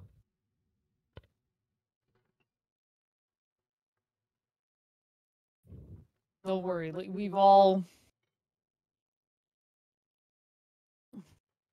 have to find ourselves. I know we're not exactly the best of people. But... Yeah, I have a nose. But... Got receipts, damn it. We can't just go around murdering people for doing something good. Or ruining their soul, their lives. That I'm not sure about either. I'm willing to look into the information. Yeah, I'm willing to look more into it, but yeah, we know who we're dealing with. Even the specific person, it doesn't matter. If he was a bad person who took out you mean you, that's great.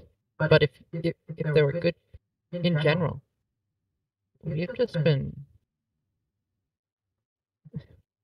a little bit shoot and don't care later. We've just been lucky.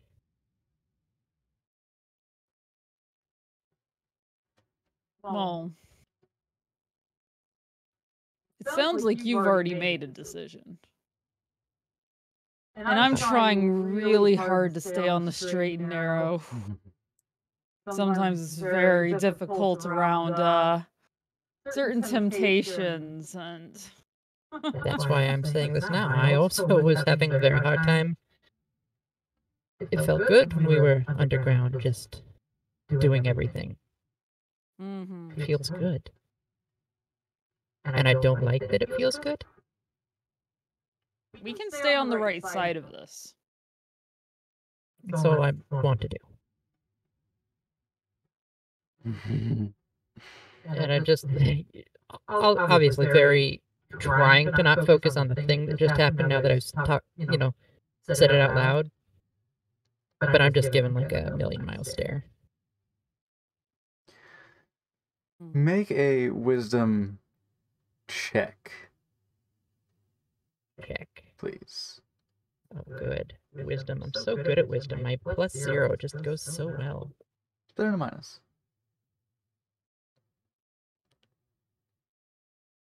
Hold on. Throw you in jail. 5. 5.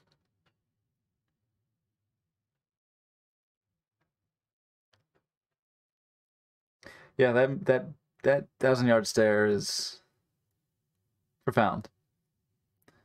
As the taste comes to mind, the searing skin comes to mind, and the char marks, the cold on your knuckles as you as you feel the cold through the robe of summer. The sensations just feel so fresh. There you go. Just very gently sort of butt my head against. Hey, I don't want to lose you. Ramming speed. Yeah, just very gentle. Make an attack roll. Right into her head, knock her out. But I She'll sleep good. don't ignore me. I've killed you. You've killed me. I'll sleep very well today. little ram nudge. I think I needed that.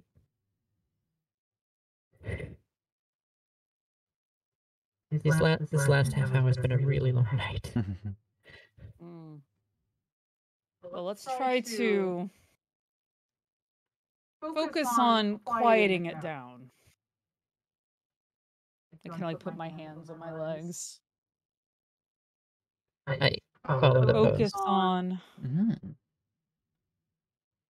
pulling back into your body, back into your own energies. You can get control of them. They're hot right now, but pull it back and take control. Trying it with the best of my ability, as I am super distracted still. I'll just hold your hands up, and I'll do the little pings with my key and try to focus on the points. Close your eyes. You're gonna get pulled away, but just keep. So on the one hand, Shidani, something you notice about doing this, it's become much easier.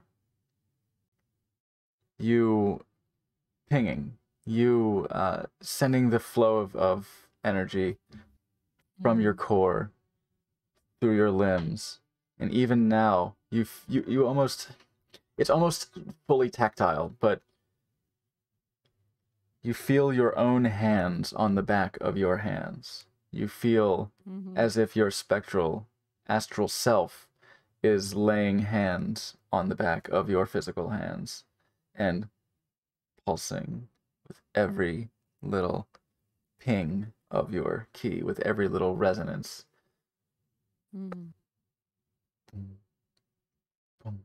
And there's this power that is channeling, and it's stronger, and there's a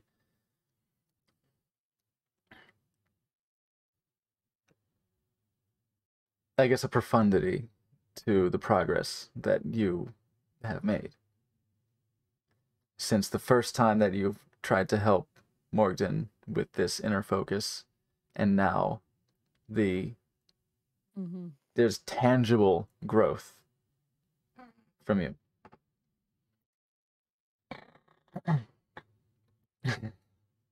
Exciting. Morgden. Yes.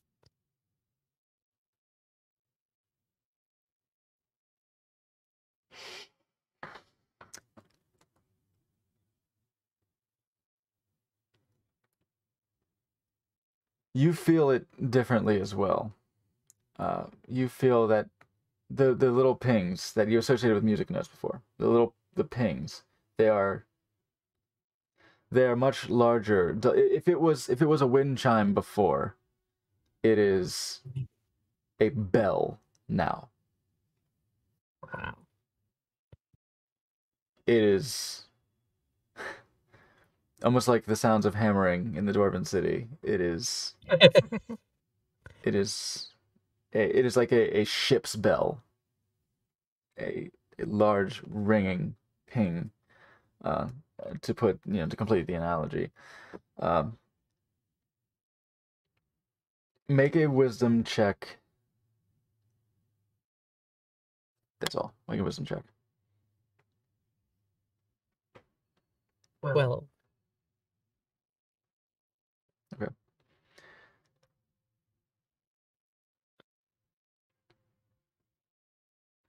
Okay. With this pulse of key energy, it is an outside influence, but you are in a very fragile state, given the circumstances.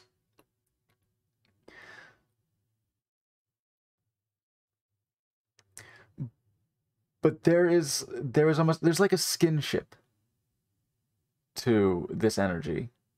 The familiarity of Shadani's energy, now so much more of a, what was a trickle now is a flow that is comforting to you, a familiarity, the smell of your friend as they give you a hug, right? Like there is a soothing presence to this energy that it offers some comfort. Any attempt to look inward and find a placid core within you is rejected almost immediately, out of hand, from the brittle state of the emotions after experiencing such a wild outburst. It spurred by a sensitive subject. A lot of mental stressors are spiking, but those spikes are smoothed by Shadani's presence.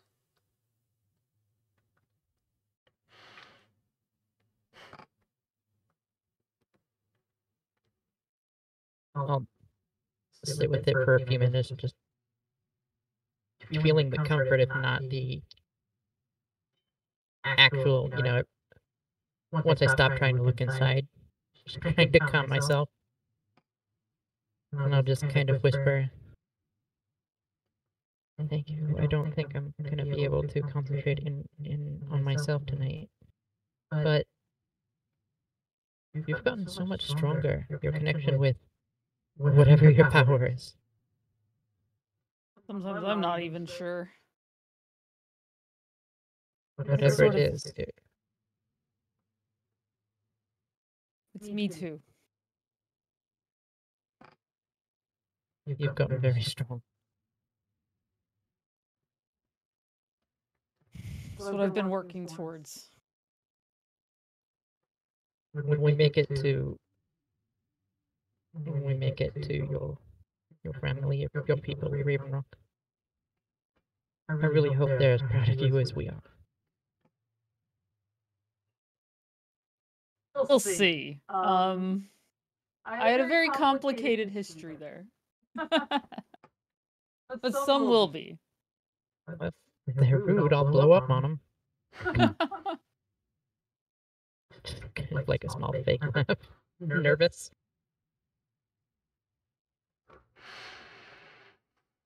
I'm nervous. Like I said, when I left, felt like it was the last. I was on some sort of last ditch. Okay, this doesn't work. Yeah, she's got to find somewhere else to go. So, I've been really focusing on trying to master all of the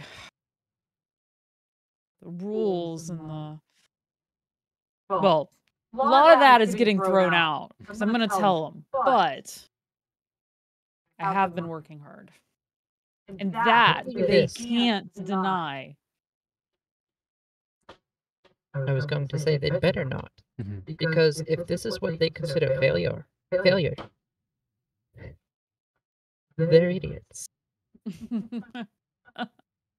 Their own narrowness. You've done a lot of good. I've seen it. You've done a lot of great. You've been great.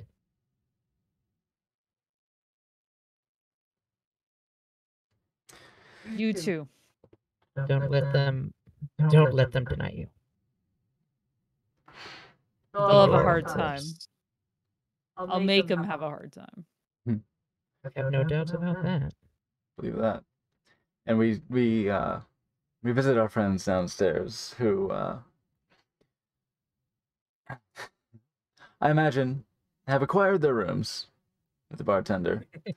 You will find that the rooms have now been put on the tab of the Marquion of Mirabar for the foreseen future. Perhaps it was relayed. Maybe don't push it, but perhaps not. But you did they raise their rates? Like, oh yes, this Yeah, is right. what we charge now. Yeah. But your stay here at Shale's Retreat is on the city for the deeds, the tasks completed for their sake. The accommodations are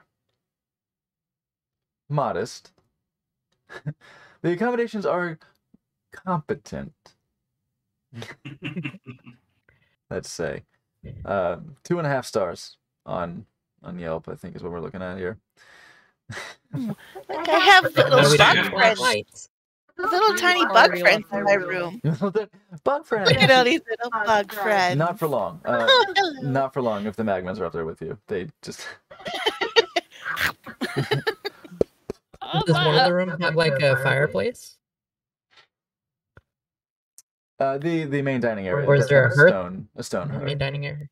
Yeah. When we're rolling our.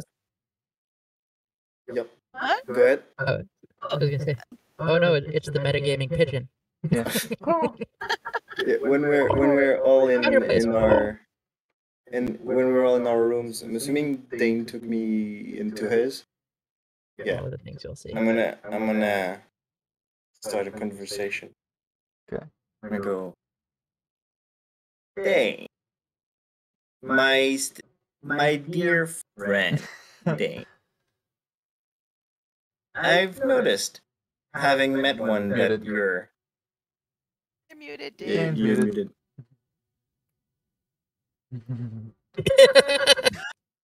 I read lips. Yeah. What did you call me though? My dear friend Dane. Oh, okay, that's better than what I thought you said. Okay, hi. Okay. I've noticed that having met one, you have a lesser prejudice against my kind, and I must thank you. Huh? Uh-huh. You see, I've noticed that our little group seems not too inclined to go along with my plan. I was hoping. Go ahead. You see, I've noticed you, and I've also heard of your legendary thirst for knowledge. Oh, you're too kind. Hi. Yes. Well, you see, I believe you and something within your heart would be interested in some of the arcane secrets I am privy to. You see, notably the keys to lichdom. Oh. I mean, why don't we just see, and I'll cast commune, and then I'll have like Mew like holding on to I'll hold on to Mew so that Mew can meet the crystal heart whatever. Okay. Oh my god. Is that bad? Dane and It's a terrible idea. First, okay. Yeah, you've been able to do this before. Thanks to another lich, you've been able to do this. So, absolutely. I'm gonna say it's not gonna be based on how did I do it with the cleric before. Let's see. It was someone else in.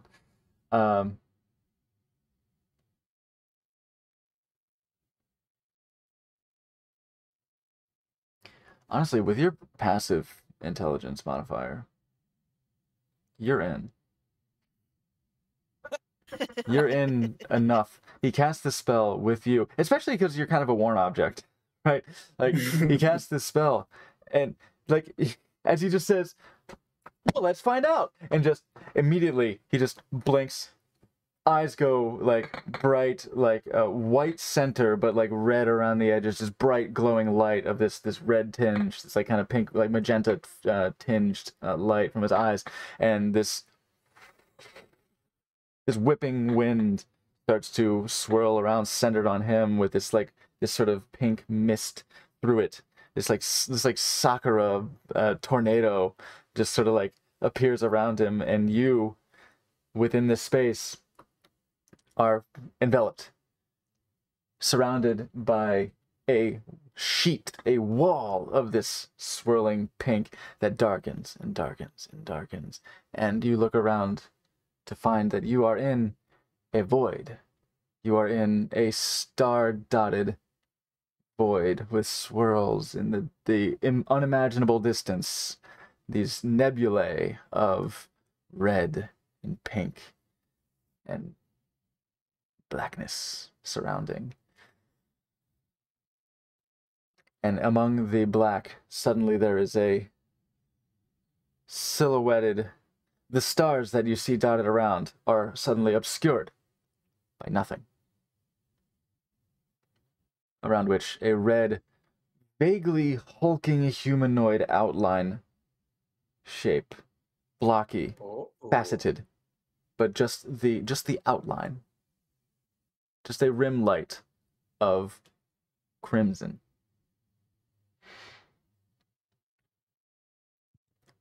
And not a voice exactly, but an intent to present it with a question.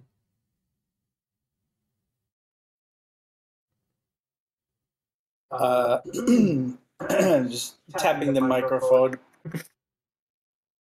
Hello.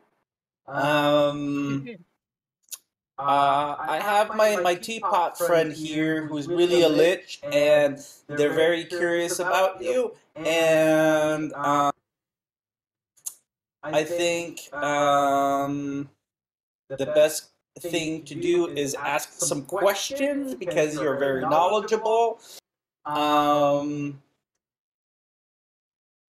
think my first question is, should we pursue Mew's plan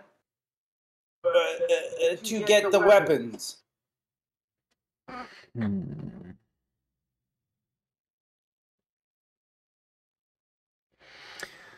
Well, first, make an intelligence saving throw. Oh.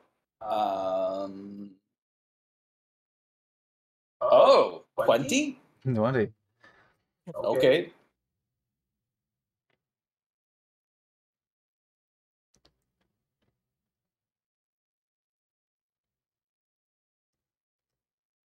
All right. You know, right? The response that is impressed upon you, the notion that is impressed upon you, is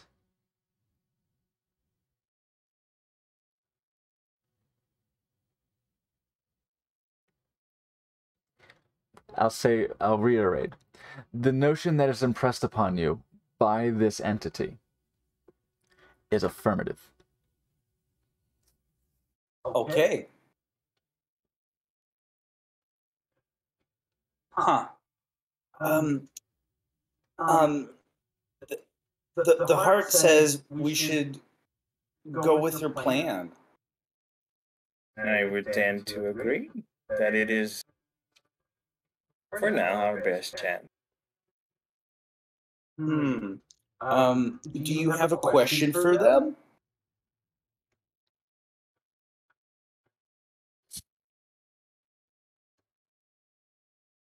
I need to think about it. I was not expecting that at all.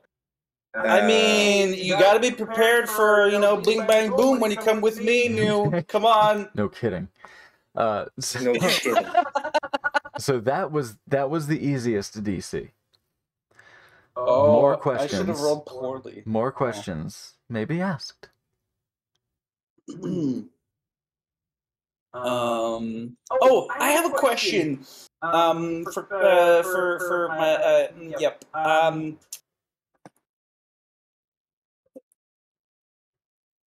Are you satisfied with my progress? Okay. Okay. Make an intelligence saving throw. Okay. Oh, that's well, to 1 plus 2, which is 3.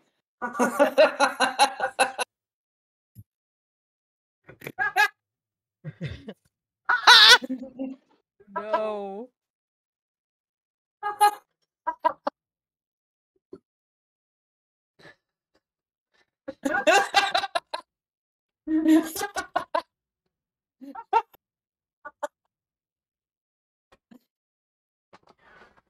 The response that is impressed upon you is absolutely not. You are not seeking knowledge enough. You feel bad about this. You feel real bad. You feel desperately bad about this. You I need punishment. Pretty much for fear of some unknowable pain or agony of retribution. You feel that you haven't done anything to bring knowledge to this entity. And you must. So how's this working? Is it only Dane that can ask the questions, or can I ask one? Oh no, you can ask questions. With that failure, you are shunted from this void. Oh, okay. Yeah. Sorry, we can try again maybe another time when I've collected more souls or whatever it is I have to do. But for an indeterminate amount of time, you are now compelled. Remember that spell book? Yeah. Yeah, more spell books. You have a thirst to do more of that. You have a thirst to take knowledge, lest you share the fate of the book. So this is a madness effect that is going to affect you for a certain period of time. Okay. That was a pretty profound failure. So there's a long hesitation from you because he's kind of shocked at what he saw. But afterwards, he kind of recomposes himself and goes, "Well, I believe I see your dilemma here. I can offer you quite the solution. Okay, perfect. I can impart upon you secrets that many a wizards only dream of." Oh, shit! Sorry. Because you were sharing that space. Okay. On that profound failure. Oh, fuck. This madness effect applies to you as well. Can I try to save it?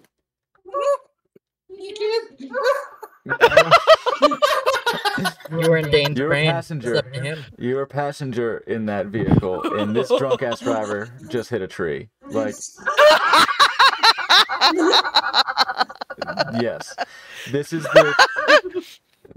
You regret leaving me now? Oh, you know the You great got- old you ones, got you know, muted. like Slappy, the great Slappy, old you got ones. You got muted again, Slappy. No, you're muted. Oh no. What's worse than an information-hungry lich? Right, so like, yeah, Lolo, above table, like who's also compelled. we know the great old ones. We know how they do. They are profound. So yes, for a certain amount of time, you are now desperate for more. Despite your wealth of magical knowledge, you feel like a babe in the woods. You feel like you don't know shit about fuck. And you need more. I feel the need for research like I've never felt it before. I was stuck in a library for my youngest years, and this is the most I felt it. Dane, my dear friend. Yes. I know the place. I know where we could find it. Ooh, where? We must go south. We must Okay. go to the Forest of Mir. Okay. Perfect. Let's go now. Let's embark. And with that, we are going to end the session here tonight.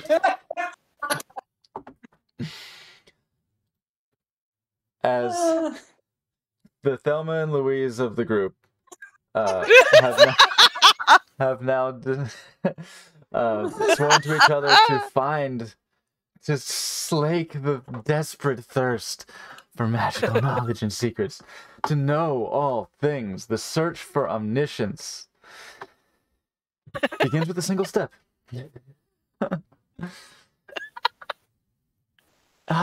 And the breakthroughs of Dani and, well, the walls reconstructing of Morgden, the need for sanctuary of Tobovar, and Brandy's chilling. Brandy happily smiling as her friends all fall to pieces around her. What a night for Brandy to take her own room. No kidding. Oh my god. So we will call that a session here, and we will see how this goes next time on Level Heads. Thank you so much, everyone, for joining on this leg of the adventure. And I believe I saw a notification for somebody who went live, and I believe it's our good buddy. Yeah, TKK went live. So we're gonna have a big bit of whiplash as we go from these developments, these amazing developments. To our very chill boy, TKK. Gargoyles, long wall. Hey, gargoyles. Yes, they're very good. Very good. I love gargoyles. Oh, you like gargoyles? Yeah. Oh, Goliath, yes. Don't look at me, Dane. You know what I'm talking about. Yes, Demona. Yes, please. Demona and Angela. Yeah, Demona. Rock about me? Yes. Yeah, absolutely, Demona. When Demona turns into a human and back into gargoyle, I'm like, oh no, gargoyle. No, but seeing a human turn into a gargoyle, I'm like, If at that age I was more aware of the possibility of fan fiction, it would have been. Slappy wants to focus ditch. I was. Yeah, that was a great session. Hell yes. Yeah. Now I'm thinking of gargoyles. Raid the combat. Hey.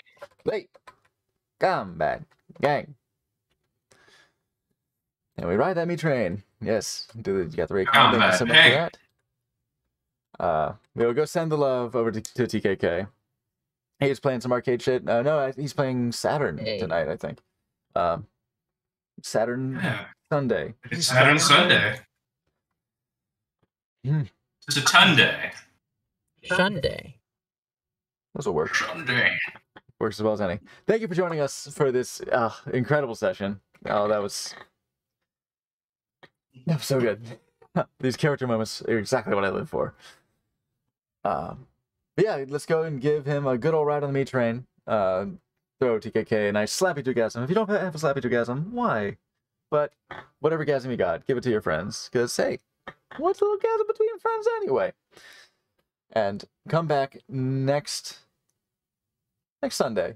I'm going to be playing... it looks like I'm going to be playing a community game over on Phenomenon's server, Discord server, next Saturday. And I'm going to be my Damphir rogue voyeur.